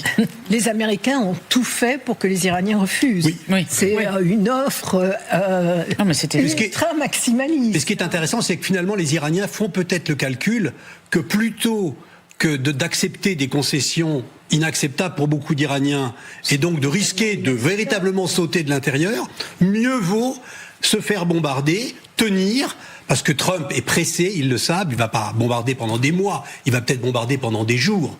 Et à ce moment-là, le régime s'en retrouvera non pas abîmé, mais renforcé. Et ils avaient annoncé, il y avait eu un meeting avec Arakchi, le ministre des Affaires étrangères, à Téhéran, où ils avaient expliqué d'ailleurs publiquement que s'ils commençaient à céder aux Américains, comme ça, d'avoir le doigt puis la main, ça serait la fin du régime. Parce que tout le monde, ça sent la fin. Et là, effectivement, ils se sont dit, ils vont prendre les bombardements. Donc je me serais encore trompé une deuxième fois sur votre plateau, puisque j'avais promis la paix en Ukraine pour le 1er janvier. J'avais dit qu'il n'y aurait pas la guerre. Ben, voilà, une deuxième fois. Là, c'est à peu près sûr qu'il va y avoir des frappes, oui. Oui. Regardez cette image dans Téhéran avec cette banderole où les gens demandaient, on voit là, il y a 2 opinions en Iran même. Encore une fois, que vous connaissez si bien ce pays, il y a une partie des Iraniens qui, elle, espère l'intervention des Américains, disons. Oui, bien sûr, et ils me l'ont dit, en tout cas ceux que j'ai rencontrés à la frontière me l'ont dit, mais en même temps en n'étant pas rassurés sur ce qui peut se passer après. Parce que bombarder certaines bases, des bases d'Aran, ou certains sites nucléaires, ou le complexe de Ali Khamenei au cœur de la capitale, peut-être. Est-ce que ça fera sauter le régime ? J'en suis moins sûre, vu la connaissance que j'ai de ce pays de l'intérieur. Je suis pas sûre, même s'il y a des unités de résistance et même s'il y a des opposants à l'extérieur, je ne suis pas sûre que toute la population ait envie d'un chaos total. Et on a vu, et vous le répétez souvent, on a l'exemple de l'Irak, de la Libye. Oui. Le précédent irakien, évidemment, crée beaucoup de prévention. Hein. Oui. Les gens ont peur de ça. Surtout dans cette région, oui. Ils l'ont vécu, c'est leurs voisins. Parce que la fragmentation ethnique dont vous parlez tout à l'heure, elle existe, mais quand même à la marge. Alors qu'en Irak, il y a une fragmentation en 3 parties qui est quand même très puissante. Là, en Iran, le socle central, perse, est quand même plus homogène. Oui, mais il représente la moitié de la population. Il n'y avait pas 40 millions de personnes dans les rues en janvier. On va avancer un peu puisque les nouvelles sont en train de s'accélérer. Selon des sources israéliennes, maintenant, le président Trump devrait réunir son équipe dirigeante ce vendredi pour un examen de la situation en Iran. Et cette fois, non plus seulement sur le principe de frapper, mais sur les cibles qui seront désignées. Merci beaucoup, Liseron. Vous repartez pour l'Iran ou dans la région ? Pour l'Irak déjà. Pour l'Irak. Merci beaucoup, Liseron Boudould, pour cet exceptionnel reportage et témoignage. Ce sont les dernières nouvelles, effectivement. Et d'abord, ce que annonçait Bloomberg sur le déploiement de drones de type Lucas, dont on va voir les images ici. Regardez, ce sont ces drones que les Américains vont mettre en œuvre, en tout cas, qui sont prêts à frapper dès lors que le président des États-Unis le voudra. Et tout ça coïncide avec les dernières nouvelles selon lesquelles les Iraniens ont refusé tout plan, toute concession sur le nucléaire, ce qui fait que visiblement, cette fois, une intervention américaine est possible, Stéphane Marchand, dès maintenant. Oui, elle est possible dès maintenant, d'autant plus qu'avec la taille gigantesque, enfin, pas gigantesque par rapport aux guerres du Golfe précédentes, mais quand même très très importante du déploiement militaire américain, ça peut commencer à poser un problème politique, parce qu'il faut mettre du résultat en proportion de ce déploiement. Quel résultat pourrait être en proportion de ce déploiement quand on considère ce qu'a déjà fait les États-Unis il y a 6 mois ? Moi, je pense qu'il n'y a qu'une seule façon de le faire, c'est décapiter le régime, au sens de tuer le leader. Et à ce moment-là, la probabilité qu'ils y arrivent est quand même relativement faible. Donc, le risque pour les Américains d'être obligés de repartir sans avoir fait grand-chose croît à chaque minute. Bon, en tout cas, il y a un risque, c'est évident, mais là, il paraît clair aussi que les Américains ne veulent pas de la négociation, parce qu'ils n'auraient pas proposé ce qu'ils proposent, c'est-à-dire le démantèlement total des installations nucléaires, l'impossibilité d'avoir du nucléaire civil, l'envoi du matériel fissile aux Américains. Enfin, tout ça, justement, c'est pour provoquer un refus, et donc, normalement, toujours des réserves, frapper. Mais ils ne seront pas seuls. Je pense que les Israéliens interviendront à ce moment-là et qu'ils n'ont cessé de dire qu'ils avaient des moyens de frapper des centaines de gardiens de la Révolution ou autres, comme ils l'avaient fait avec le Hezbollah et avec les Libéens. On va juste passer par Michel Polaco. Michel Polaco, vous êtes grand spécialiste, expert aéronautique, des questions de défense nucléaire. Quand vous voyez cette dernière information sur les drones Lucas, ils coûtent pas cher, à l'unité $35,000 pièce. Ils sont conçus pour des attaques unidirectionnelles contre des cibles plus vulnérables comme les cibles de missiles. C'est le dernier développement de la soirée. Les Américains, donc, ils disent les Iraniens ne veulent pas négocier, donc nous pouvons frapper, en tout cas c'est ce qu'on peut en déduire, notamment avec ces drones. Vous savez, le drone Lucas, c'est une sorte de missile pas cher. C'est un drone qui n'est pas destiné à revenir, alors que naturellement, un drone, en principe, c'est une machine qui part et qui revient à son envoyeur et qui lui ramène des informations ou qui a largué des armes et qui revient après avoir effectué sa mission. Donc le drone Lucas, en soi, c'est pas un événement qui change quelque chose dans le cours des opérations. Nous savons que les Américains possèdent toute la panoplie de missiles qui peuvent exister pour attaquer toutes les cibles possibles et imaginables. Voilà, donc je crois que le drone Lucas ne change pas la donne. Je précise une chose, parce que je vous ai entendu dire à l'instant que les Américains ne voulaient pas que les Iraniens possèdent du nucléaire civil. C'est faux. Il y a une centrale nucléaire à Bachar, je crois, qui fonctionne très bien, que personne n'attaque. Elle est alimentée par les Russes, elle a été construite par les Russes. Les Russes récupèrent les matières fissiles après qu'elles aient été usagées, et ce sont eux qui fournissent les matières fissiles, et il n'y a pas d'interdiction pour les Iraniens d'avoir du nucléaire civil. Pardon, Michel Polaco, j'aimerais vraiment qu'on reste sur ces drones. Oui ou non, est-ce que l'ensemble de tout ce que les Américains ont maintenant dans la région, on va voir dans un instant le porte-avions Ford, le porte-avions Lincoln, ce qui se passe à Diego Garcia, le pont aérien qui continue à arriver, plus ces drones maintenant, est-ce que ça peut avoir des effets ou comme beaucoup de généraux le disent sur ces plateaux, au fond, les Américains ne peuvent rien faire en Iran? Votre avis à vous, Michel Polaco? Moi, je pense, un, qu'ils peuvent faire en Iran, deux, que ces drones ne changent absolument rien par rapport à tout ce qu'ils ont déjà massé et tout ce qu'ils sont en train de masser. Car ils continuent à apporter du matériel et, à mon avis, on s'apercevra dans pas longtemps qu'ils amènent aussi et qu'ils positionnent aussi des hommes, des forces. Voilà, donc, mais je aussi, pense qu'ils comme on peuvent l'apprenait il y a parfaitement quelques instants, monter une l'idée qu'il y ait des forces au sol, l'idée qu'il y ait des forces au sol et des commandos, etc., vous la partagez, c'est ce que Liseron Boudoul disait, alors côté des rebelles qui sont armés, on apprend petit à petit qu'il y a le Mossad et peut-être des opérations commando américaines. Il n'y aura pas que les Israéliens et pas que le Mossad, évidemment, parce que le peuple israélien n'a pas une armée d'une puissance et d'un nombre suffisant pour assurer sa sécurité et en plus mener des opérations à longue distance. Mais les Américains ont tout ça. Ce que témoigne cette histoire des missiles, le fait, des drones, le fait que les Américains laissent fuiter ça, parce que comme d'habitude, les sites ou les journaux américains, ils disent aussi ce que l'armée américaine veut bien leur donner. Tout ça, ce sont des signaux.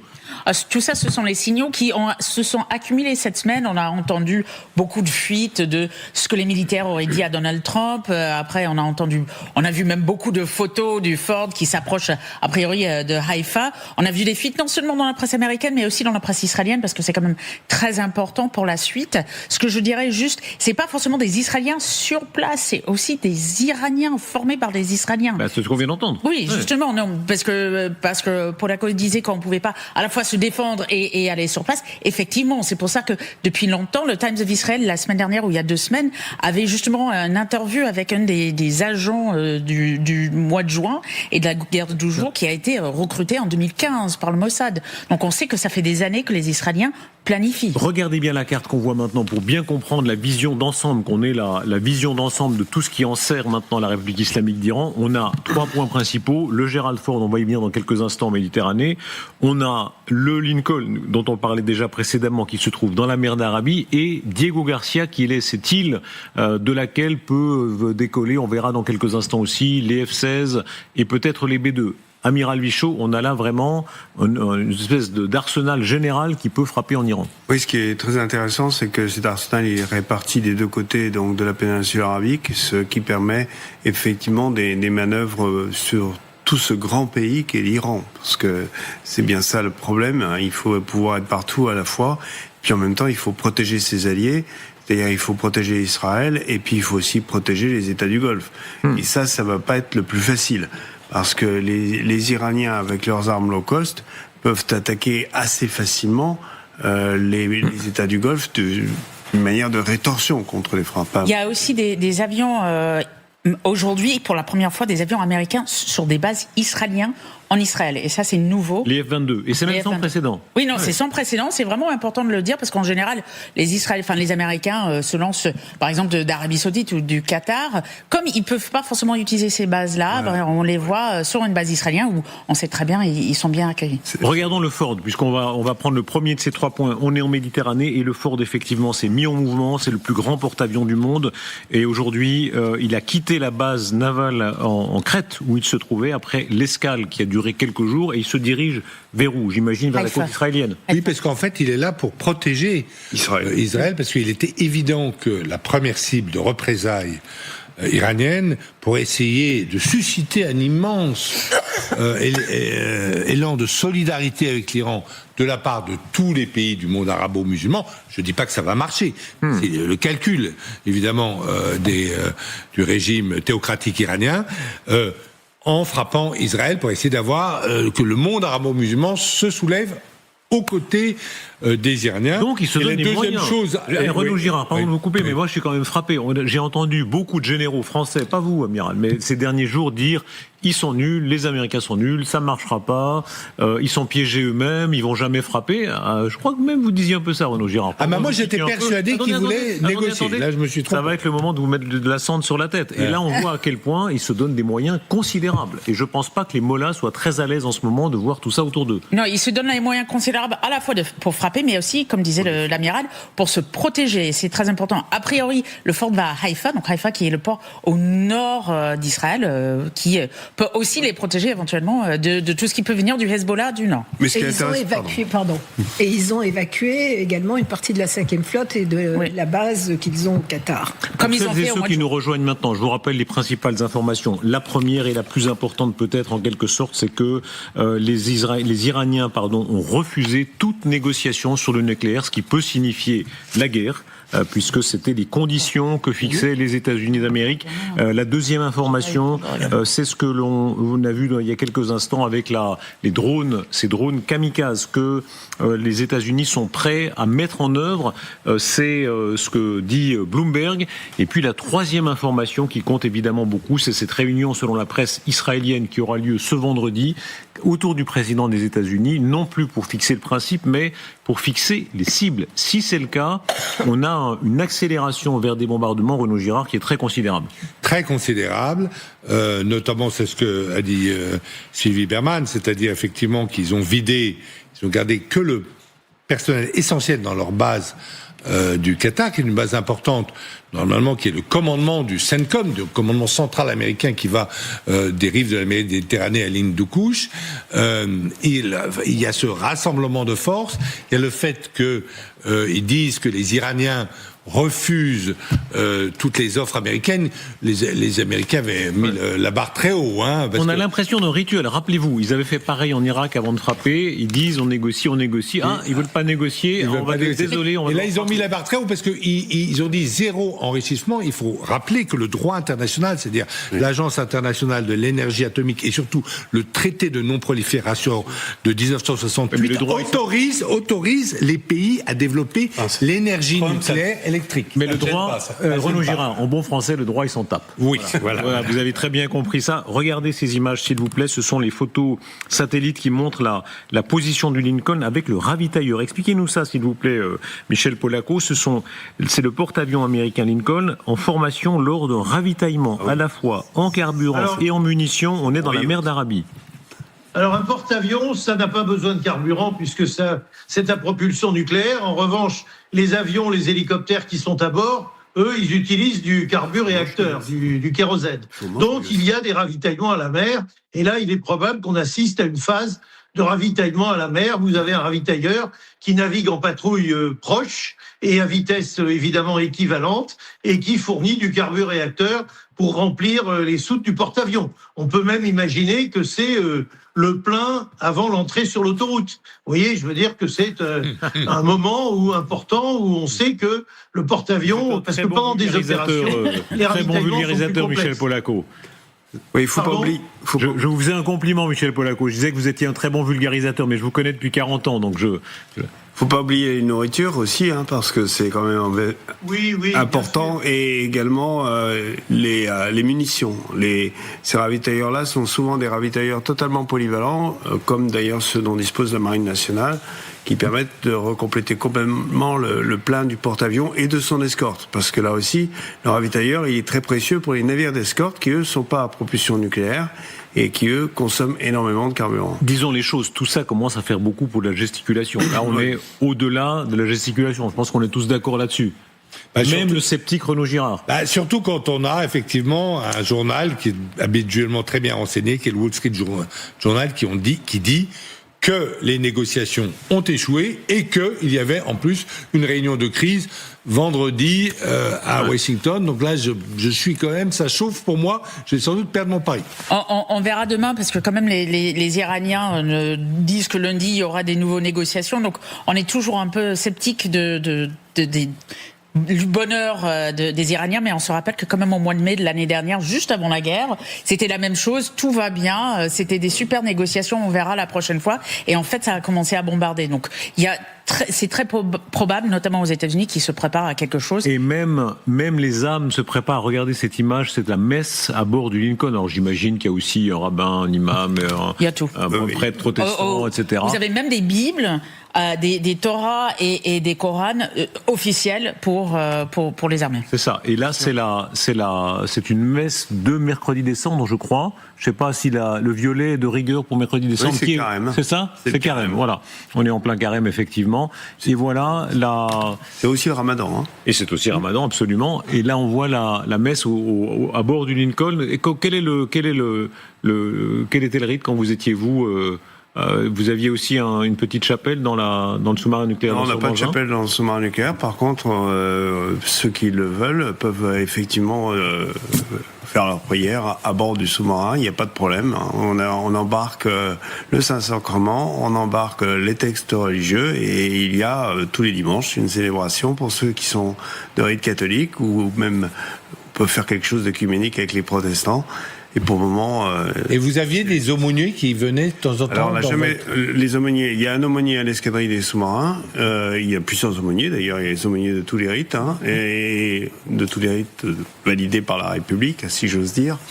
C'est-à-dire essentiellement les catholiques, les protestants, les... Il y a des rabbins. Les rabbins, oui, les juifs, et également les musulmans. Donc ça sont les 4 religions qui sont reconnues, qui disposent d'aumôniers. Je rappelle que dans notre République laïque, il est obligatoire d'avoir des aumôniers dès lors que les gens ne peuvent pas vivre leur religion à l'extérieur, ce qui est particulièrement le cas à bord d'un sous-marin. Ah, ça c'est sûr, au sous-marin nucléaire, dans un engin caché quelque part dans l'océan. Une dernière information du New York Times qui semble dire qu'on est encore au stade des préparatifs. En tout cas, il y a un suspense. Selon ce responsable interrogé par le New York Times, les forces américaines déployées dans la région pourraient en l'état mener des bombardements continus pendant 7 à 10 jours. Pas davantage en l'état, c'est-à-dire 7 à 10 jours. Comment expliquer ça? C'est-à-dire que même eux, avec toute cette puissance colossale, il y a une limite de ce qu'ils peuvent faire pour l'instant. Oui, la consommation en munitions, on l'a vu d'ailleurs par la guerre des 12 jours, elle est phénoménale. Elle est phénoménale parce qu'effectivement, il faut à la fois attaquer et se défendre. Donc c'est toujours pareil. Vous dépensez pratiquement autant d'armes à l'attaque qu'à la défense, surtout si les Iraniens, comme ils prétendent, ont encore des moyens balistiques, par exemple. Ça s'arrête pas tout seul. Et je rappelle quand même qu'on faisait déjà état, il y a quelques mois et même quelques années, de problèmes de intercepteurs, de Tomahawk, enfin, de problèmes de production aussi côté américain, qui existent à cause aussi de la guerre du jour. Une carte qui l'explique, regardez, c'est la carte qu'on a déjà produite, mais qui est tellement parlante, elle est très éloquente, où on comprend pourquoi, puisqu'il faut frapper des sites, j'imagine, sites nucléaires, sites militaires, sites de missiles, etc., qui se trouvent partout sur cet immense territoire, ça c'est la taille réelle du territoire de la République islamique d'Iran, c'est gigantesque. Gigantesque. C'est gigantesque. On oublie quand même que quand on n'est pas sur les tailles en Europe, on va pas pouvoir faire, enfin surtout sans homme au sol, faire la même chose qu'on pourrait faire avec un tout petit pays, tout en défendant bien évidemment une taille, une région, que ça soit Israël, mais aussi les voisins et les alliés des États-Unis, l'Arabie Saoudite et tout. C'est une région très important à la fois pour frapper et pour se défendre. Et on peut même l'étendre un tout petit peu vers l'ouest, cette carte, puisque vous avez quand même les milices chiites pro-iraniennes en Irak, donc à l'ouest de cette forme rose, et on peut très bien imaginer que la stratégie iranienne consiste à demander à ces milices chiites de bombarder certains navires, ou même les 2 pays arabes, pas l'Arabie Saoudite, puisque l'Arabie Saoudite s'est réconciliée avec l'Iran, mais le Qatar et le Bahreïn, le Qatar qui abrite des bases américaines et le gouvernement et le commandement central américain, et le Bahreïn qui abrite le siège de la 5e. Voyez, s'il vous plaît, je vous redonne la parole, mais voyez les mouvements d'avions, et on regarde ces mouvements d'avions qui s'accélèrent à une très grande vitesse en comprenant ce qui est en train de se passer à la lumière des informations du Wall Street Journal. Pour celles et ceux qui nous rejoignent à l'instant, il rapporte que les négociations de Genève se sont soldées par l'échec. Téhéran refuse de transférer à l'étranger ses stocks d'uranium enrichi. Il s'oppose à tout transfert, il s'oppose à tout arrêt de l'enrichissement, au démantèlement des installations nucléaires, aux restrictions indéfinies de son programme. Donc, en clair, la négociation a échoué. Et donc, si la logique suit, c'est que les armes parleront. Alors, c'est non pour tout ce qui est transfert d'uranium.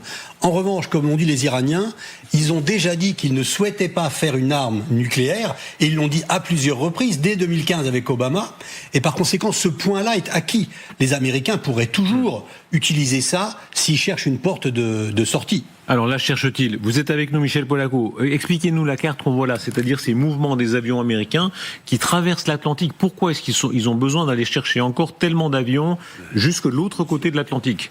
Vous savez, même si les avions peuvent transporter 40 tonnes, 60 tonnes, il faut quand même, manifestement, selon les hypothèses de plan américains, beaucoup de matériel, beaucoup de soutien et sans doute beaucoup d'hommes. Donc voilà, les C-17, il n'y en a pas des quantités. Les C-5A Galaxy, il n'y en a pas des quantités. Les ravitailleurs, ils sont prêts à apporter du carburant ou plutôt à délivrer du carburant. Je pense qu'ils sont à peu près tous en place maintenant, mais il y en a peut-être encore quelques-uns qui arrivent. Et sinon, c'est la poursuite de la mise en place depuis les États-Unis vers les bases européennes et ensuite des bases européennes vers les bases du Golfe. Amiral, pourquoi autant d'avions ? Pourquoi autant de besoins, encore une fois ? Ça vient d'être très clairement annoncé, effectivement. Et ça nécessite des quantités phénoménales d'armement qui ne peuvent venir que des arsenaux américains. Ça nécessite des pièces de rechange aussi, parce que ces armadas considérables, elles consomment beaucoup de pièces de rechange. Il y a beaucoup de moyens qui doivent être mis en place. Il y a certainement des stocks qui sont recomplétés. Voilà, c'est la mise en place des moyens à l'américaine. On fait d'abord des dépôts considérables et une fois que tout est en place, on commence les hostilités. Donc effectivement, ça n'est pas fait pour rien. Et surtout, tout ça, si ça n'était pas consommé, il faudrait le rapatrier. Avec un avion en particulier, c'est le F-16. Regardez, 24 heures d'activité de vol visible sur Flight Radar pour les vols de commandement de la mobilité aérienne de l'US Air Force qui aboutissent en grande partie ici, à Diego Garcia. Ce sont les F-16. De nouvelles images satellites dévoilées par la société chinoise révèlent ces mouvements sur l'île de Diego Garcia. On distingue surtout beaucoup de F-16. Pourquoi des F-16 à Diego Garcia ? Sans doute que les F-16 qui sont en étant ravitaillés en vol, ce sont des chasseurs bombardiers, comme le nom l'indique, donc ils peuvent se défendre. Mais les Iraniens n'ont pas d'aviation, donc ils sont tranquilles, mais ils peuvent envoyer des bombes, et les bombes sont guidées au laser qui vont directement sur leur objectif. La particularité de Diego Garcia, c'est une île, ils peuvent partir de là sans demander l'autorisation à personne. Oui, c'est un porte-avions fixe, immobile. Donc c'est une base où ils ont une totale souveraineté, ce qui n'est pas le cas, encore une fois, des pays du Golfe arabo-persique. Et donc, loin de frappes iraniens. Et hors de portée des missiles iraniens, même les plus sophistiqués. Donc c'est extrêmement important. Et ces avions-là, ils sont aussi utilisés pour abattre les missiles iraniens qui arriveraient sur Israël ou sur les pays du Golfe. Ce sont des intercepteurs, ce sont des avions de chasse et qui sont utilisés souvent pour arrêter les missiles qui arrivent. Ça paraît très loin. On voit ces images, Michel Polaco. Quand on regarde la carte, je sais pas, en F-16, il faut combien de temps pour partir, pour relier Diego Garcia à Téhéran ? Il doit falloir 3 ou 4 heures, mais si vous voulez, ces avions sont pas là pour ça. Le F-16, d'abord, c'est un vieil avion, faut pas l'oublier. Il n'a rien à voir avec le F-22, le F-35, qui sont sur les porte-avions, etc. Je pense que s'il y a des F-16 à Diego Garcia, c'est pour le cas où, et c'est pour s'assurer de la protection des avions qui partiront ou qui arrivent, des ravitailleurs, par exemple, ou des avions de guerre électronique. Mais je ne pense pas du tout que les Américains vont utiliser des intercepteurs F-16 à partir de Diego Garcia, alors qu'ils ont des quantités de bases à proximité, depuis la Turquie jusque tout le tour du Golfe, etc. Ça m'étonnerait, franchement. Et regardez, mes collègues en régie me donnent le chiffre exact. Ça montre l'ampleur du théâtre d'opération. Il y a 5274 kilomètres entre l'île de Diego Garcia et Téhéran. 5200 kilomètres, c'est-à-dire c'est une opération mondiale qu'on a là sous les yeux. On se souvient quand même, juste pour rappel, que c'était déjà utilisé, alors comme un leurre, mais pour les B-2. Ils ont des hangars B-2, donc les B-2 qui ont bombardé l'Iran. Ceux qui ont bombardé sont partis des États-Unis, mais les leurs sont partis de Diego Garcia. Et c'est Diego Garcia qui a ses hangars spécialisés pour ce type d'avion aussi. comme le rappelait l'amiral, il faut aussi s'occuper de la manière dont les Américains vont se défendre s'ils sont attaqués par l'Iran. Dans les 2 guerres précédentes, l'Iran a fait preuve d'une retenue et d'une politesse absolument stupéfiante en arts militaires, parce qu'ils ont annoncé à l'avance... politesse, ça dépend sur qui. Sur Israël, non. Ils ont bombardé vraiment sur mais Israël. c'était très contrôlé.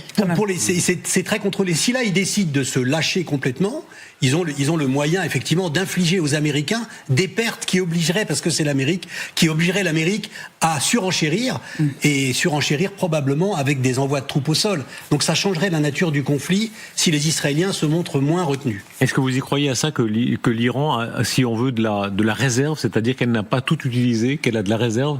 Oui, moi je pense qu'elle a de la réserve, en particulier sur les missiles. Et encore une fois, les missiles, c'est pour la rive sud du Golfe arabo-persique, c'est-à-dire c'est pour les pays qui abritent les bases américaines. Alors ils viseront les bases américaines, mais si ça tape un gratte-ciel au passage, pourquoi pas, hein. Et la dernière fois, au mois de juin dernier, les Israéliens avaient frappé justement les bases de lancement de missiles, et les Américains ont trouvé un ciel totalement libre pour frapper. Oui, moi je pense qu'ils vont faire le gros dos. En fait, je crois que la stratégie iranienne, c'est de faire le gros dos, de prendre le choc. Les bases d'Aran vont pas dormir dans leur caserne, ça c'est sûr. Donc ils vont détruire là.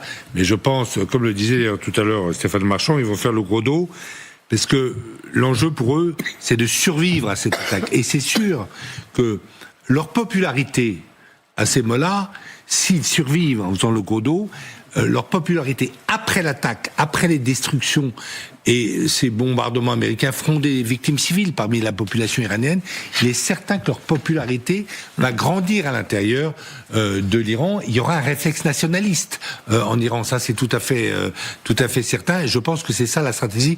Je pense que depuis la guerre de 12 jours de juin dernier, je pense qu'ils ont plus beaucoup de capacités militaires. Les Iraniens, je pense que les Israéliens ont détruit beaucoup de choses, mais je pense que l'idée c'est vraiment de faire le gros dos et d'attendre l'après. Michel Polaco, décrivez-nous s'il vous plaît ce que nous voyons à l'instant à l'image, c'est-à-dire c'est cette île de Diego Garcia. On comprend que c'est une île relativement petite, d'après ce que je comprends, c'est qu'une piste d'atterrissage, une énorme piste d'atterrissage. Il y a des bâtiments de logement, mais c'est très petit. C'est ça, donc il y a des cantonnements. Une petite île certainement, mais c'est une très grande base qui peut accueillir simultanément beaucoup de chasseurs, beaucoup de bombardiers, et son vrai rôle, c'est quand même de stocker des munitions et d'accueillir des bombardiers qui, à partir de là, peuvent partir en mission. Ça fait penser évidemment, on peut y amener aussi des avions de protection, des ravitailleurs.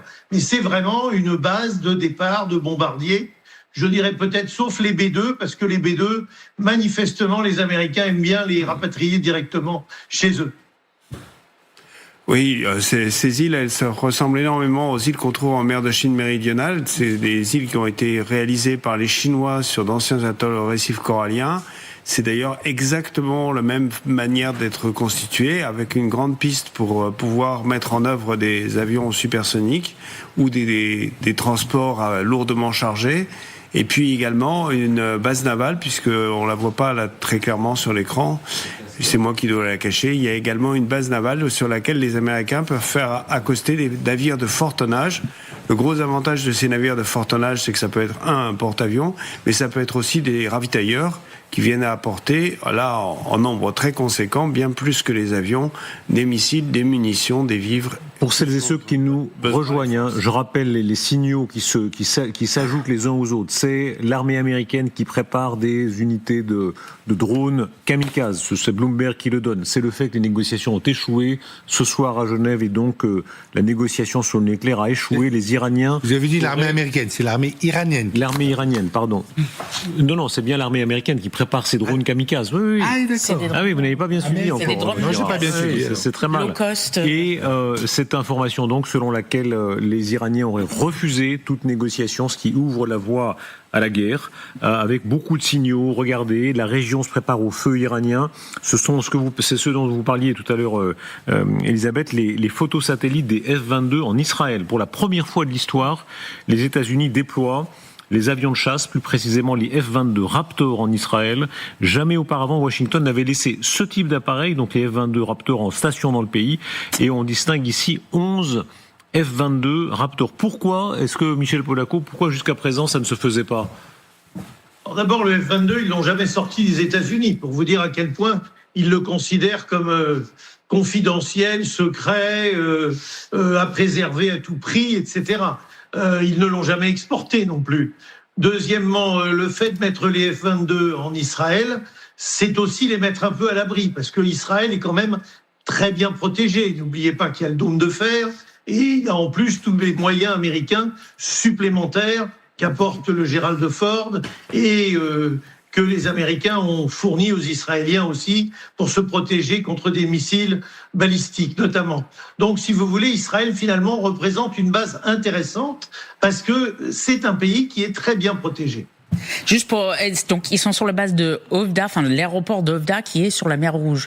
Donc ça vous donne une idée, c'est quand même, on va dire à l'est du pays, enfin plus proche, on va dire du cible éventuel. Effectivement, c'est pas simplement le dôme de fer, c'est l'Aro 3, c'est tout ce système mis en place depuis très longtemps, et bien sûr depuis cet été il y a aussi au moins 2 THAAD, maintenant il y en a plus dans la région, mais au moins 2 THAAD étaient déjà en Israël depuis la guerre de 12 jours, donc il y a quand même une certaine protection pour stationner des avions. Par contre, ça doit beaucoup intéresser les Israéliens d'avoir ces avions-là sur leur aéroport, parce que je pense qu'ils vont apprendre beaucoup de choses.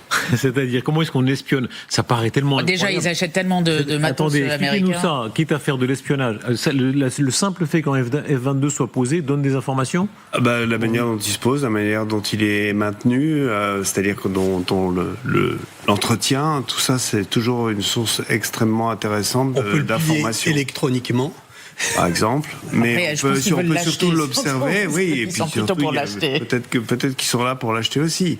Michel Polaco ? Il y a peut-être derrière aussi un deal qui se prépare. Ils ont déjà acheté des F-35. J'ai une anecdote, si vous voulez, qui peut vous intéresser. Après la guerre du Golfe, les Américains qui avaient utilisé leur chasseur, enfin leur avion de bombardement extrêmement discret, qui s'appelait le F-117A, qui avait une peau particulière. On avait présenté un au Salon du Bourget qui a suivi la guerre, c'est-à-dire au mois de juin 91. Et j'étais à côté du ministre Pierre Jox, le ministre à l'époque de la Défense, qui s'est approché du F-117 et qui a essayé de poser la main dessus. Et immédiatement, un GIA lui a pris la main et l'a projeté en arrière, alors que le ministre de la Défense français était accompagné de hautes personnalités américaines, de l'ambassadeur, etc. Je pense que si les Israéliens essayent de tripoter les F-22, ils auront du mal. C'est extraordinaire. Oui, on voit qu'on est alliés, mais jusqu'à un certain point. C'est comme tout dans l'existence. Là, les bases américaines qui se vident en partie dans la région pour être prêts au contre-feu iranien. Alors là, les images satellites chinoises, toujours les Chinois, c'est intéressant. D'ailleurs, vous voyez, on voit plein de mots écrits en chinois parce que ce sont des Chinois qui, sans doute dans un souci de documentation. Vos amis chinois, regardez vos amis chinois ce qu'ils font. Ils couvrent la terre entière maintenant, les Chinois. Effectivement, ils ont un réseau extrêmement performant. Alors la question sur les Chinois quand même qui nous tracasse tous, c'est de savoir s'ils vont aider en cas de guerre les Iraniens à viser des navires américains ou des bases, parce qu'ils ont les moyens de le faire. Peut-être pas autant que les Américains, mais ils ont des moyens de le faire. Est-ce qu'ils le feraient selon vous ? Il y a eu une opération, un exercice iranien, chinois et russe la semaine dernière à l'ouvert du détroit d'Ormuz. Je ne pense pas du tout que les Chinois prendraient le risque. Pas ensemble. Je pense pas du tout que les Chinois prendraient le risque. Parce que les Chinois, quand ils prennent une décision, ils font toujours le bilan risque-avantage. Qu'est-ce que je peux perdre et qu'est-ce que je peux gagner ? Qu'est-ce qu'ils peuvent gagner à aider les Iraniens ? Pas grand-chose. Qu'est-ce qu'ils peuvent perdre ? Ils peuvent perdre beaucoup. Et je ne pense pas s'ils le font discrètement, c'est ça la question très intéressante de Stéphane Marchand. Est-ce que discrètement, comme eux ont des moyens d'écoute très supérieurs aux Iraniens, est-ce qu'ils peuvent donner ce type d'image satellite en disant on vous signale que tel avion américain est posé là ? Ça, c'est autre chose. C'est facile. Je pense pas qu'ils vont. Enfin, je parle sous le contrôle de Sylvie. Je pense pas qu'ils vont jouer à ce jeu-là. C'est un jeu trop dangereux. Vous savez, les Américains ont, par exemple, donné les photos satellites aux Irakiens, mais ça se sait toujours, ces choses-là. Les Français ont cru que les Iraniens n'allaient pas s'apercevoir que c'était des pilotes français qui pilotaient les super-étendards qu'on avait livrés à l'Irak et qui bombardaient la raffinerie d'Abadan, eh bien les Iraniens ont fini par le savoir. Ils ont fait les attentats de la rue de Rennes et après les Français diront pardon et on arrêtera de faire piloter les super-étendards par nos pilotes. Donc ça se sait toujours. Les Chinois, enfin je parle sous le contrôle de Sylvie qui était ambassadrice en Chine, je les vois pas donner le renseignement. Non, ils ne vont pas prendre de risque contre les Américains. Non, ils sont très pragmatiques, les Chinois. Ils sont pas idéologiques. Enfin, d'abord, il n'y a pas de traité qui les lie aux Iraniens pour un soutien sans faille en termes. Elisabeth, de peut-être, mais ça leur ferait quand même bien plaisir si un petit bateau américain qui était coulé. Les Chinois jouent gros dans la région. Ils ont patronné la réconciliation entre l'Arabie Saoudite et l'Iran. Tout à fait. L'Iran, c'est leur porte d'entrée au Moyen-Orient. Ils achètent 60% du pétrole iranien 80%. De manière plus ou moins légale, ou même 80%, dont ils jouent très gros. Le fait qu'ils rajoutent une petite fleur à l'Iran en les aidant un peu, ça, à mon avis, ça serait normal. Avançons un petit peu, s'il vous plaît, puisqu'il n'y a pas seulement les 22 en Israël, ces bases qui sont en partie vidées, effectivement, au Qatar, au Bahreïn, quartier général de la 5e flotte de la marine américaine à Bahreïn, qui a été réduit. Il reste des bateaux, mais il y a moins de 100 personnes qui restent sur place en prévision des bombardements potentiels donc contre l'Iran et donc du contre-feu iranien en sens inverse. C'est que les postes essentiels, les radaristes, les gens qu'on peut pas C'est pour pas avoir des cibles sur le sol, c'est tout. C'est un signal très précis parce que avant l'opération Midnight Hammer en juin, eh bien, la même opération exactement avait été faite. Oui, mais pour la flotte, c'est normal. On va pas refaire le coup de Pearl Harbor. Hein. Donc, c'est clair que les Américains ont compris une fois pour toutes qu'il fallait pas laisser les bateaux à quai, donc ils les ont sortis. Et il est vraisemblable qu'ils sont actuellement plus près d'Ormuz que du fond du Golfe. Je rappelle cette information très importante, c'est la réunion demain pour fixer les cibles cette fois-ci, et j'insiste, c'est la presse israélienne qui le rapporte, ce ne serait pas seulement fixer le principe semblerait acquis si on en croit cette version-là, ce sont les cibles qui seraient précisées, et notamment les cibles nucléaires. On va écouter Vance, le vice-président Vance, qui s'exprime à ce sujet, ça restera sans doute un objectif, une cible prioritaire et affichée comme telle. Pouvez-vous expliquer au peuple américain pourquoi les États-Unis auraient besoin de frapper l'Iran pour l'empêcher d'obtenir l'arme nucléaire alors que les États-Unis ont détruit son programme l'été dernier? Le principe est très simple. L'Iran ne peut pas avoir l'arme nucléaire s'il tente de la reconstruire. Cela posera des problèmes. Nous avons des preuves qu'ils ont d'ailleurs essayé de le faire. Le président envoie donc ses négociateurs pour tenter de résoudre ce problème, car comme il l'a répété, il souhaite régler ce problème par la voie diplomatique. Mais il dispose également d'autres options. Voilà, je ne sais pas si vous avez bien écouté la déclaration de Vance. Visiblement, ce sera la raison, en tout cas alléguée, le cœur de ce qui va peut-être unifier tout le monde, c'est ça. Oui, parce que c'est un intérêt pour les Américains, bon pour Israël aussi, c'est que l'Iran n'accède pas à l'arme nucléaire. Alors là, et pour beaucoup d'autres, il y a quand même beaucoup de gens qui n'ont pas très envie que l'Iran ait l'arme nucléaire. Dans la région aussi. Israël et les États-Unis sont directement visés. C'est le petit Satan, le grand Satan.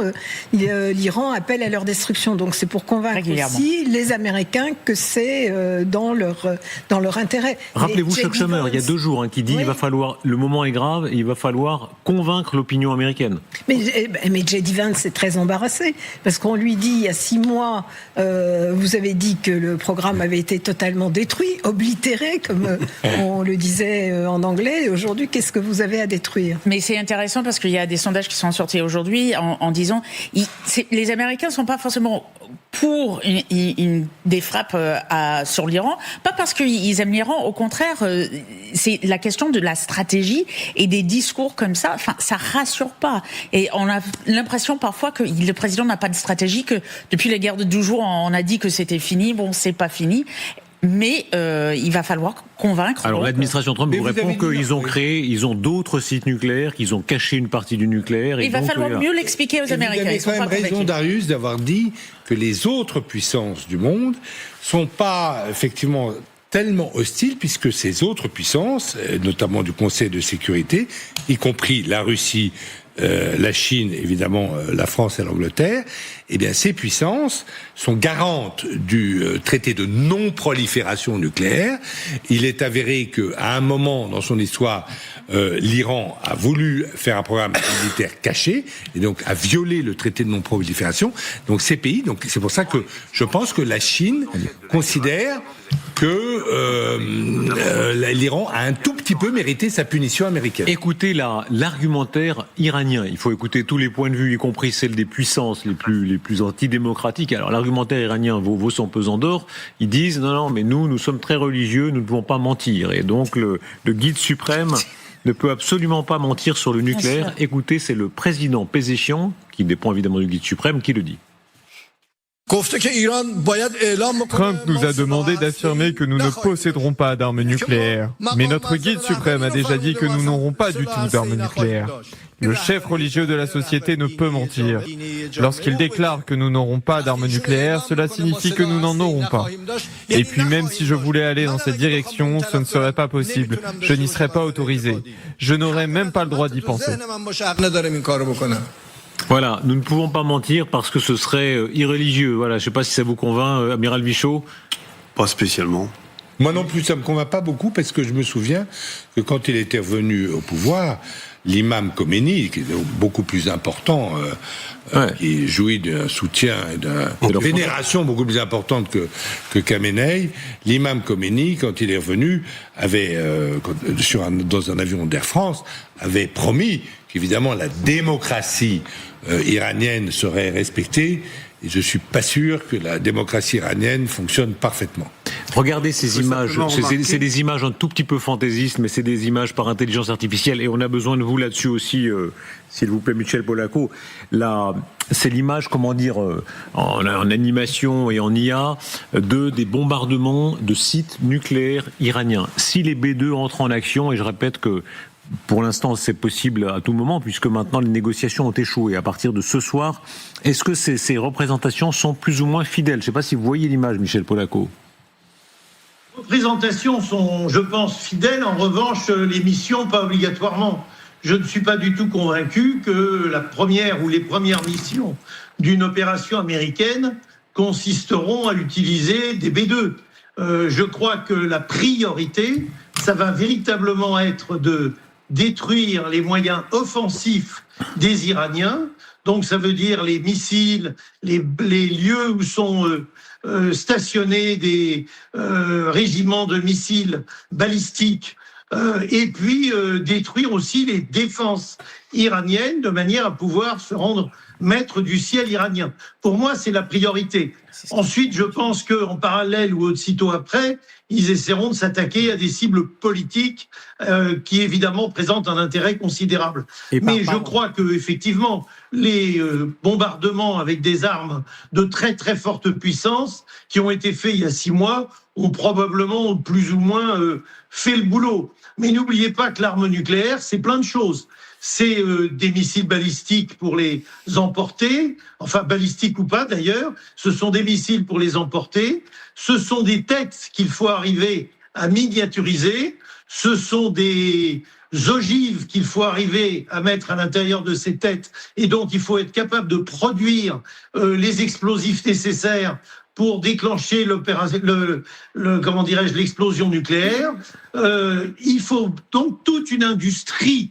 Et c'est toute cette industrie qui est importante pour avoir des armes nucléaires et pas seulement l'enrichissement de l'uranium qui était la principale cible des Américains pendant la guerre de 12 jours en juin.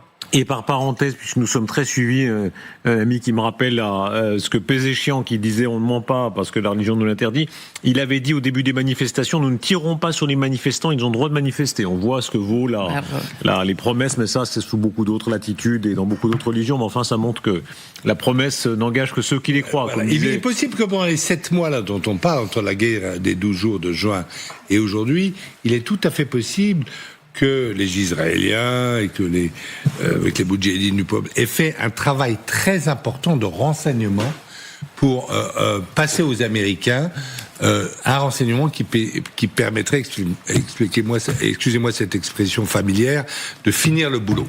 Et ça va encore, vous avez dit pire, Renaud Girard. Bon, j'ai eu peur, et quand vous dites excusez-moi, je me suis dit voilà, il va falloir s'excuser, etc. Mais si on reprend la métaphore avec le Venezuela, bon, qui a ses vertus mais ses défauts, il pourrait tuer Khamenei et puis garder le régime presque intact, mais d'accord avec les Américains. Oui, alors ça, c'est sûr qu'il y a une option. Essayons de trouver quelle est l'Adelcy Rodriguez iranienne. Exactement. Avant ça, pardon, le parti de la guerre donne de la voix. Il faut bien entendre toutes ces voix à Washington et d'ailleurs à Tel Aviv, puisque les Israéliens poussent aussi dans ce sens-là, qui disent c'est le moment, surtout pour cette raison nucléaire. Lindsey Graham, ce régime est composé de fanatiques religieux qui soutiennent le plus le terrorisme. Il a tué plus de 30 000 de ses citoyens, c'est vrai. Je me fiche éperdument des efforts déployés pour sauver la face de ce régime. Je souhaite que le peuple iranien change de régime. Il est grand temps. C'est pas seulement le nucléaire. Est-ce que ce bombardement, tel qu'il se profile, est fait pour renverser le régime ? En tout cas, c'est probablement ce qu'espèrent les Américains, quelques Iraniens et très clairement les Israéliens. Et les contacts ont été très étroits entre les Israéliens et les Américains. Et Netanyahou s'est rendu à Washington, c'est pour convaincre Donald Trump de frapper. C'est quand même dans l'espace d'une année, Netanyahou et le président américain se sont vus 7 fois. Ils échangent régulièrement par téléphone, par SMS. Ils s'aiment pas, c'est pas l'essentiel. Ils sont en contact total. Et El Zamir, donc le chef d'état-major, a aussi été à Washington avec une liste de cibles, donc avec toutes les informations nécessaires que les Israéliens effectivement ont pu accumuler pour aider les Américains dans le ciblage, que ça soit des installations de missiles balistiques, parce qu'a priori il y en a quand même quelques milliers de missiles qui existent encore selon les renseignements israéliens, et aussi bien évidemment éventuellement le ciblage de personnes. Ce qui est certain, c'est que le régime iranien n'a pas peur. La manière dont il a refusé l'offre américaine, il n'a pas dit peut-être, etc. Il a dit c'est non. On refuse vos menaces, c'est non. On ne négocie pas. Donc ils pensent qu'ils peuvent survivre. Et donc ils pensent absolument, ils pensent qu'ils peuvent survivre, c'est-à-dire qu'ils peuvent survivre une attaque. Il faut se souvenir, parce que si les Américains n'amènent pas des troupes sur place, c'est-à-dire des troupes on the ground, comme on dit, qu'est-ce qu'ils peuvent faire ? Et les Américains ont commis l'erreur, d'ailleurs, de dire ça, qu'ils n'enverraient pas des troupes sur place. Il faut jamais, quand on fait la guerre, donner ses intentions à l'ennemi. Ils l'ont dit. Et donc, les Iraniens se disent, il suffit d'avoir le premier choc. Il faut se souvenir que le régime irakien, la dictature irakienne, avait survécu à la défaite de son armée en 2000, c'était en janvier 91 au sud de l'Irak et au Koweït. Le régime avait survécu à une défaite de son armée. Avançons un peu, s'il vous plaît, est-ce que Trump a changé, au fond, simplement dans l'absolu? On se rappelle de Trump qui disait très longtemps pas d'intervention. Est-ce que c'est un nouveau Trump auquel on assiste ce soir? Revenons à son discours sur l'état de l'Union. On a vu à quel point la chose militaire était présente. Alors, dans ses propos, dans ses références, dans l'hommage rendu à cet homme qui est de fait un très grand héros, et un très grand héros américain en particulier. Vous qui avez une famille de militaires, Elisabeth Shepard-Selam, Eric Solver, il a été héros plusieurs fois. Voilà, c'est son image. Alors je sais pas, on va détailler ces médailles avec vous, s'il vous plaît, Amiral, parce que c'est très impressionnant. C'est un survivant. À plusieurs reprises, il a mené des opérations d'un héroïsme tout à fait saisissant au Venezuela, lors du dernier raid auquel vous faisiez allusion, Stéphane Marchand, qui a permis la capture du président Maduro. Solver était aux commandes du premier hélicoptère. L'appareil a essuyé un feu nourri de mitrailleuses. Il a été touché 4 fois à la jambe et à la hanche, et en dépit de cela, il a réussi à garder le contrôle de l'hélicoptère et il se posait en sécurité, permettant ainsi la poursuite de l'opération. Ça, c'est le premier acte héroïque. L'autre acte héroïque, c'était en novembre 2009, quand il participait à l'évacuation médicale avec la 82e division aéroportée. Là aussi, l'hélicoptère qu'il pilotait a été touché par une roquette. La munition n'a pas explosé. Elle est restée dans l'appareil pendant toute la durée du vol. Donc il s'est baladé avec sa roquette. Et après l'atterrissage, il a été le premier à quitter l'appareil pour aller chercher des démineurs et des secours pour les blessés. Cette mission médicale d'évacuation a été qualifiée en 2009 d'une des plus importantes de la guerre d'Afghanistan. Oui, c'est un héros américain, il n'y a pas de doute. Ce discours devant le Congrès est souvent le moment où il honore les héros de guerre ou les héros militaires. Aux États-Unis, il ne faut pas oublier, surtout il faut frapper l'Iran et il faut convaincre le peuple américain que les forces armées sont quand même, c'est quelque chose de très populaire aux États-Unis. C'est ni de gauche ni de droite. Il y a un certain patriotisme qui entoure nos soldats. Il y a quand même beaucoup de familles qui contribuent à l'effort de guerre en quelque sorte. Et donc c'est quelque chose aussi qui, même si lui-même n'a pas servi, au contraire, il a une relation un peu difficile avec la chose militaire et avec les militaires plus généralement. Là, vous êtes un peu douce avec lui, il faut dire les choses. Bon, il a été très insultant. Il s'en est tiré plusieurs fois. Et non, il a évité l'armée plusieurs fois. Non, mais il a évité l'armée. Oui. Il a évité l'armée. Il n'aime pas la guerre, en fait. Non, il n'aime pas la guerre, on sert sur son pays quand même. De servir. Mais il n'a jamais servi, mais surtout, il a aussi insulté à plusieurs reprises des militaires et des grands héros comme il a beaucoup à se faire pardonner dans ce domaine-là. Là, exactement. Le ton a complètement changé. Écoutez de quelle façon, s'il vous plaît, il raconte l'histoire de ce héros, évidemment, dont il fait l'image même de l'armée américaine. De nombreux héros ont participé à ce raid de janvier pour capturer Maduro. Des héros vraiment géniaux. C'était très dangereux. Ils savaient que nous arrivions. Mais les exploits d'un guerrier cette nuit-là resteront gravés à jamais dans l'histoire éternelle du courage militaire. Eric Slover a planifié la mission et a dirigé le vol dans le poste de pilotage du premier hélicoptère. Alors qu'il se préparait à atterrir, les mitrailleuses ennemies ont tiré dans tous les angles. Eric a été grièvement touché à la jambe et à la hanche, balle après balle. Il a absorbé 4 coups de feu atroces et s'est déchiré la jambe en de nombreux morceaux.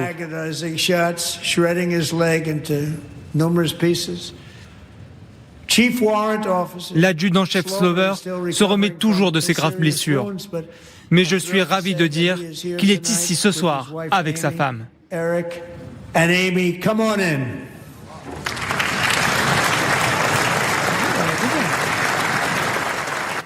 Voilà. Disons les choses, évidemment, personnage admirable, parce qu'on lui tire il a les jambes entièrement criblées de balles et il continue à piloter son hélicoptère. Oui, effectivement, mais ce sont des hélicoptères qui sont utilisés pour la rescue et c'est-à-dire pour sauver les gens au combat. On a exactement les mêmes également dans l'armée française, en particulier dans l'aviation légère de l'armée de terre.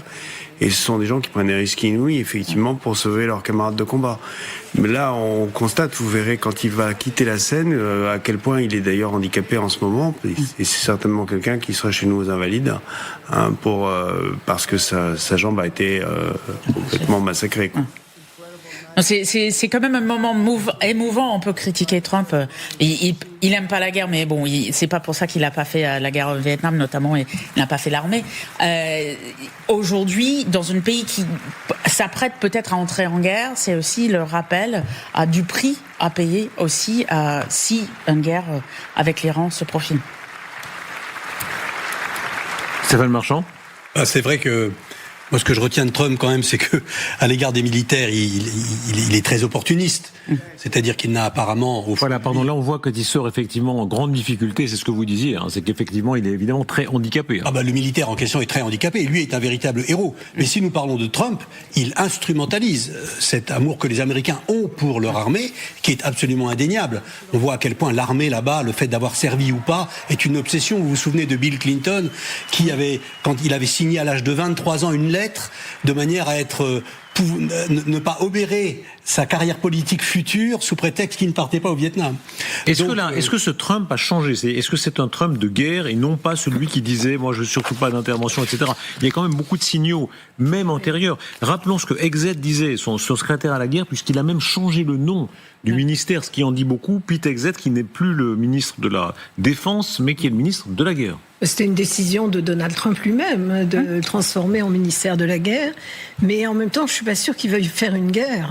Qu'il veuille frapper, c'est une chose. Il est très fier de son opération en Iran du mois de juin l'année dernière, très fier de l'enlèvement de Maduro également, et il pense qu'il peut réussir probablement, alors peut-être pas en un coup, mais en Il y a eu un changement. jours. Oui, mais il y a eu un changement en fait chez Trump. Il a au début joué complètement le jeu de la paix, du médiateur, du faiseur de paix. Et puis il a vu que avec Poutine, pourtant il pensait avoir de l'influence sur Poutine, que ça ne marchait pas. Que Poutine n'acceptait pas la paix et continuait même à bombarder, et bombardait tellement les villes ukrainiennes que ça choquait l'épouse de Trump, Melania.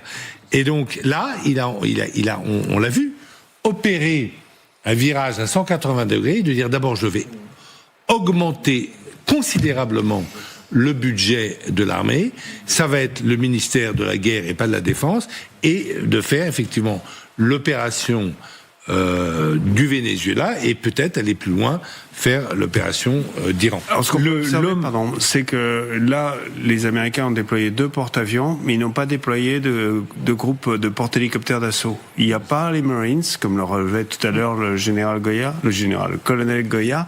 C'est une indication qu'ils n'apportent pas de troupes de manière conséquente, sauf à considérer que dans les transports aériens qu'il y a, il peut y avoir effectivement pas mal de soldats, d'autres d'une autre armée, l'armée de terre, ou par exemple des commandos de l'air de l'armée de l'air américaine. Pete Hegseth, c'est vraiment l'homme qui incarne ça. Regardez ces images. Alors, c'est un ancien de Fox News. Il est relativement jeune, c'est un quadragénaire. Il est en bonne forme physique. Alors j'ai appris ce que c'est que le développé couché. Et je savais pas. C'est vous dire à quel point je suis largué et ringard. Je savais pas ce que c'était que le développé couché. Voilà. Ça, c'est du développé couché et il soulève 120 kilos. C'est beaucoup. 120 kilos. Qui fait du développé couché ici? Non, mais 120 kilos, c'est beaucoup, c'est sûr. Ah, voilà. Moi, je tenterai pas. Même 60 personnellement. Voilà, vous faites du développé couché. Non, j'en fais pas. Je suis désolé.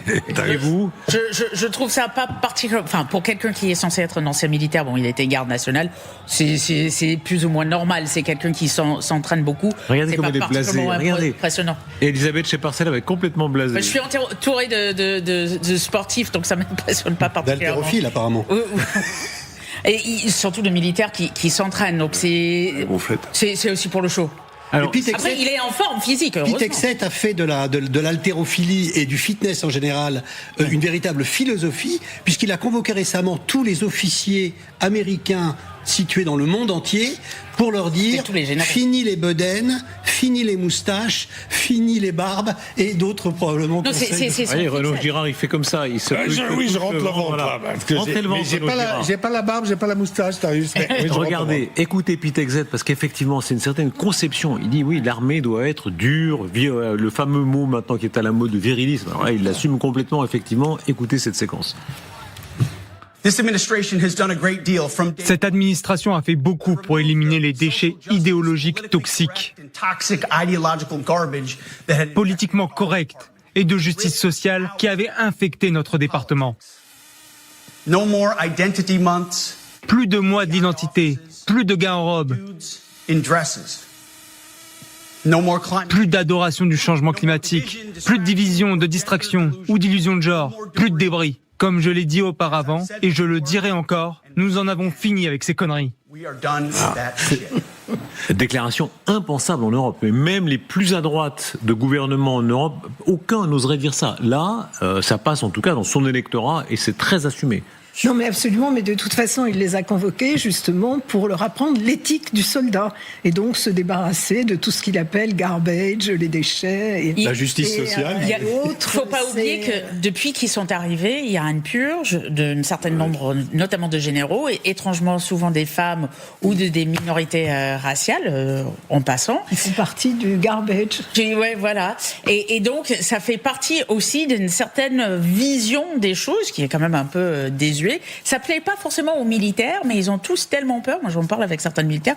Personne ne mouvera parce qu'ils ont tous tellement peur aujourd'hui de finir avec un procès sur le dos, comme ils ont essayé, par exemple, même avec des retraités comme Mark Kelly. Mais disons il y en a quand même qui protestent. Hein. Il y a des non, et il y en a qui démissionnent exactement. Ou qui prennent les retraites par anticipation. Rolzik, c'est une bonne chose. Est-ce que c'est une forme de militarisme? En réalité, ce que Trump on disait, il était anti-militariste. Il faut lire ce qu'il disait en 2016. Il est en campagne et il y a un débat d'après-primaire face à Jeb Bush, qui est évidemment par sa famille, incarnait le militarisme de Bush, fils, qui a envahi l'Irak. Et Trump disait, je le cite, « La guerre en Irak a été une énorme erreur. George Bush a commis une erreur. Celle-ci était particulièrement catastrophique. Nous n'aurions jamais dû intervenir en Irak. Nous avons déstabilisé le Proche-Orient, disait-il à l'époque. Mais il l'a répété en 2020 dans sa campagne pour son deuxième mandat. Et ce qu'il dit, c'est qu'il ne faut pas essayer de faire du nation building ou de la démocratie. Donc de toute façon, même s'il frappe en Iran, son but n'est pas de s'installer durablement pour mettre en place... Ce qu'il va faire, c'est qu'il ne veut pas de changement de régime. Il ne veut pas refaire ce qui a été tenté en Afghanistan ou en Irak. Est-ce que vous en êtes sûr ? Ah oui, parce qu'il l'a dit. Enfin là, sinon on verrait quand même, avec un tel déploiement, on aurait quand même des indications et des familles qui auraient parlé d'un amas, d'une concentration de troupes au sol, si vous voulez. Et ça, on l'a pas du tout. On n'a pas le moindre indice de concentration de troupes au sol. On a des tas d'articles qui nous parlent d'une réunion demain, de ceci, de cela. On n'a aucun article qui nous parle. Je vous signale quand même qu'on a commencé. On a commencé l'émission en entendant Liseron Boudoul qui disait il y a un certain nombre de rebelles armés. Oui. Il y a des aides du Mossad et de la CIA. Non, c'est tout à fait. Mais il n'y a pas au sol. Oui, mais d'accord. Mais il n'y a pas vraiment des régiments au sol. Non, je pense qu'il va tout détruire. Je pense qu'il a fait des progrès dans le renseignement. Il va effectivement détruire toutes les installations, peut-être même industrielles de l'Iran. Et puis il va dire, à nouveau, on oubliera qu'il avait déjà dit il y a 6 mois, ça y est, j'ai gagné, j'ai dénucléarisé l'Iran, je suis un champion et je peux rentrer chez moi. Et il va essayer de vendre ça médiatiquement à sa population. 2 choses. Alors, je pense pas qu'il veut faire comme en Irak, pas par idéalisme. J'y crois pas du tout que c'est un homme anti-guerre, mais ça c'est mon opinion personnelle. Je pense par contre que on ne voit pas des mouvements de troupes massifs, et ça c'est important. Et deuxièmement, on est dans une année électorale, à quelques mois de l'élection, et c'est quelque chose qui ne passera pas dans les élections. Et les Républicains savent qu'ils sont déjà à la limite de les perdre en avance. Donc ça passera pas, et c'est pas dans son intérêt. Est-ce qu'il y a un fossé des mentalités ? Moi, je suis très frappé de voir le scepticisme en Europe, c'est-à-dire autant aux États-Unis, beaucoup croient dans la guerre préventive, les effets de la guerre, autant en Europe, les généraux, les diplomates, beaucoup, d'abord détestent Trump, c'est quand même un élément, et ils détestent tellement l'idée de guerre préventive qu'ils regardent ces images, non mais ça marchera pas. On nous annonce par avance. On a eu 1000 ans de guerre, nous, donc. On nous annonce par avance que ça ne suffira pas. C'est parce que les Européens ont vu le spectacle quand même assez intéressant, le spectacle de la guerre au Vietnam, le spectacle de la guerre en Irak de 2003, le spectacle de la guerre en Libye qui a mis tout un désordre qui n'est toujours pas éteint dans l'ensemble. Peut-être, mais ça a quand même été un changement de régime. On peut pas dire que ça n'a pas été un changement de régime. Pour remplacer Kadhafi, qui quand même nourrissait sa population par un chaos total, et par les islamistes qui ont eu des armes partout et qui ont attaqué et déstabilisé. Vous regrettez Kadhafi ? Ah oui, par rapport à la situation présente, je regrette Kadhafi. Je le dis clair et net. Il est possible que certains Irakiens regrettent Saddam Hussein. Bien sûr. Vous le pensez aussi ? Vous avez le droit de penser, Momiral, c'est pas interdit. Non, mais je pense que l'élimination de Kadhafi, en plus dans les conditions dans lesquelles on l'a fait, est une erreur majeure. Parce que non seulement le pays est divisé et dans le chaos, mais en plus de ça, il contrôlait ces terroristes qui aujourd'hui sont dans le Sahel et qui nous ont chassés. Je vous taquine un peu, mais pardon, chacun lit ses opinions, mais ce qui me frappe, on avait Liseron Boudoul ici tout à l'heure qui disait oui, c'est vrai, une partie des Iraniens qui ne veulent pas cette opération, mais il y a quand même beaucoup d'Iraniens qui espèrent qu'on aide ce régime à tomber. Et sur ces plateaux, en Europe, on sent qu'au fond, on n'a pas envie qu'ils il y a quand même quelques intellectuels français qui ont proposé cette guerre en Libye, la fleur au fusil, etc. C'est merveilleux, qui d'ailleurs ne peuvent plus se rendre dans ces pays-là où ils ont déclenché la guerre tellement ils sont détestés. Je parle de la Libye, très clairement. Parce que intellectuel français. Je parle de Bernard-Henri Lévy qui a provoqué, j'ai écrit d'ailleurs un article là-dessus, la guerre en Libye avec des bonnes intentions et qui aujourd'hui ne peut plus s'y rendre. Il a essayé de s'y rendre, il a été chassé avec des pierres, etc. Mais le même Bernard-Henri Lévy vous répondra qu'en Afghanistan, par exemple, les Américains, c'est pas définitif, mais ont réussi un certain nombre d'années à faire reculer les talibans, qui est un des pires régimes de l'histoire. Donc c'est toujours ça de gagner. Alors non, c'est pas toujours ça de gagner, parce qu'aujourd'hui, je connais très bien l'Afghanistan, j'ai connu le régime des talibans de l'époque. J'ai un ami qui vient de rentrer du régime de talibans actuel. Le régime des femmes est bien pire aujourd'hui qu'il ne l'était avant l'intervention américaine. Et alors que les Américains ont dit qu'ils allaient sauver les femmes afghanes. Donc non, les choses sur l'Afghanistan sont malheureusement assez claires. Mais je pense que les Européens ont tiré les leçons de l'histoire. L'Irak, évidemment, était un échec, mais c'était pas le nôtre, puisque la France... Mais allez au fond de votre pensée. Mais est-ce que ça veut dire, c'était notre échec. Est-ce que ça veut dire, la logique européenne, c'est que pour les Iraniens, on ne fera rien, en fait? C'est clair, hein, on se tait et on attend. Donc si les Américains réussissent, on dira bravo. S'ils échouent, on leur dira on vous l'avait bien dit. C'est le pire échec de toute la Ve République. C'est le pire échec de politique étrangère de toute la Ve République, la Libye. Si vous en avez un autre d'échec de la Ve République, vous qui êtes un fin connaisseur de la France, vous me le nommez. Prenons rendez-vous, puisque très important rendez-vous politique, c'est ce vendredi, s'il vous plaît, ce vendredi, interview exclusive de Jordan Bardella. Il répondra à Margot Haddad, à Christophe Barbier et à Thierry Breton. C'est donc à 20h40. Très grand merci à vous sur ce plateau, à l'équipe qui a fait cette émission et à vous qui nous suivez. Bonne soirée.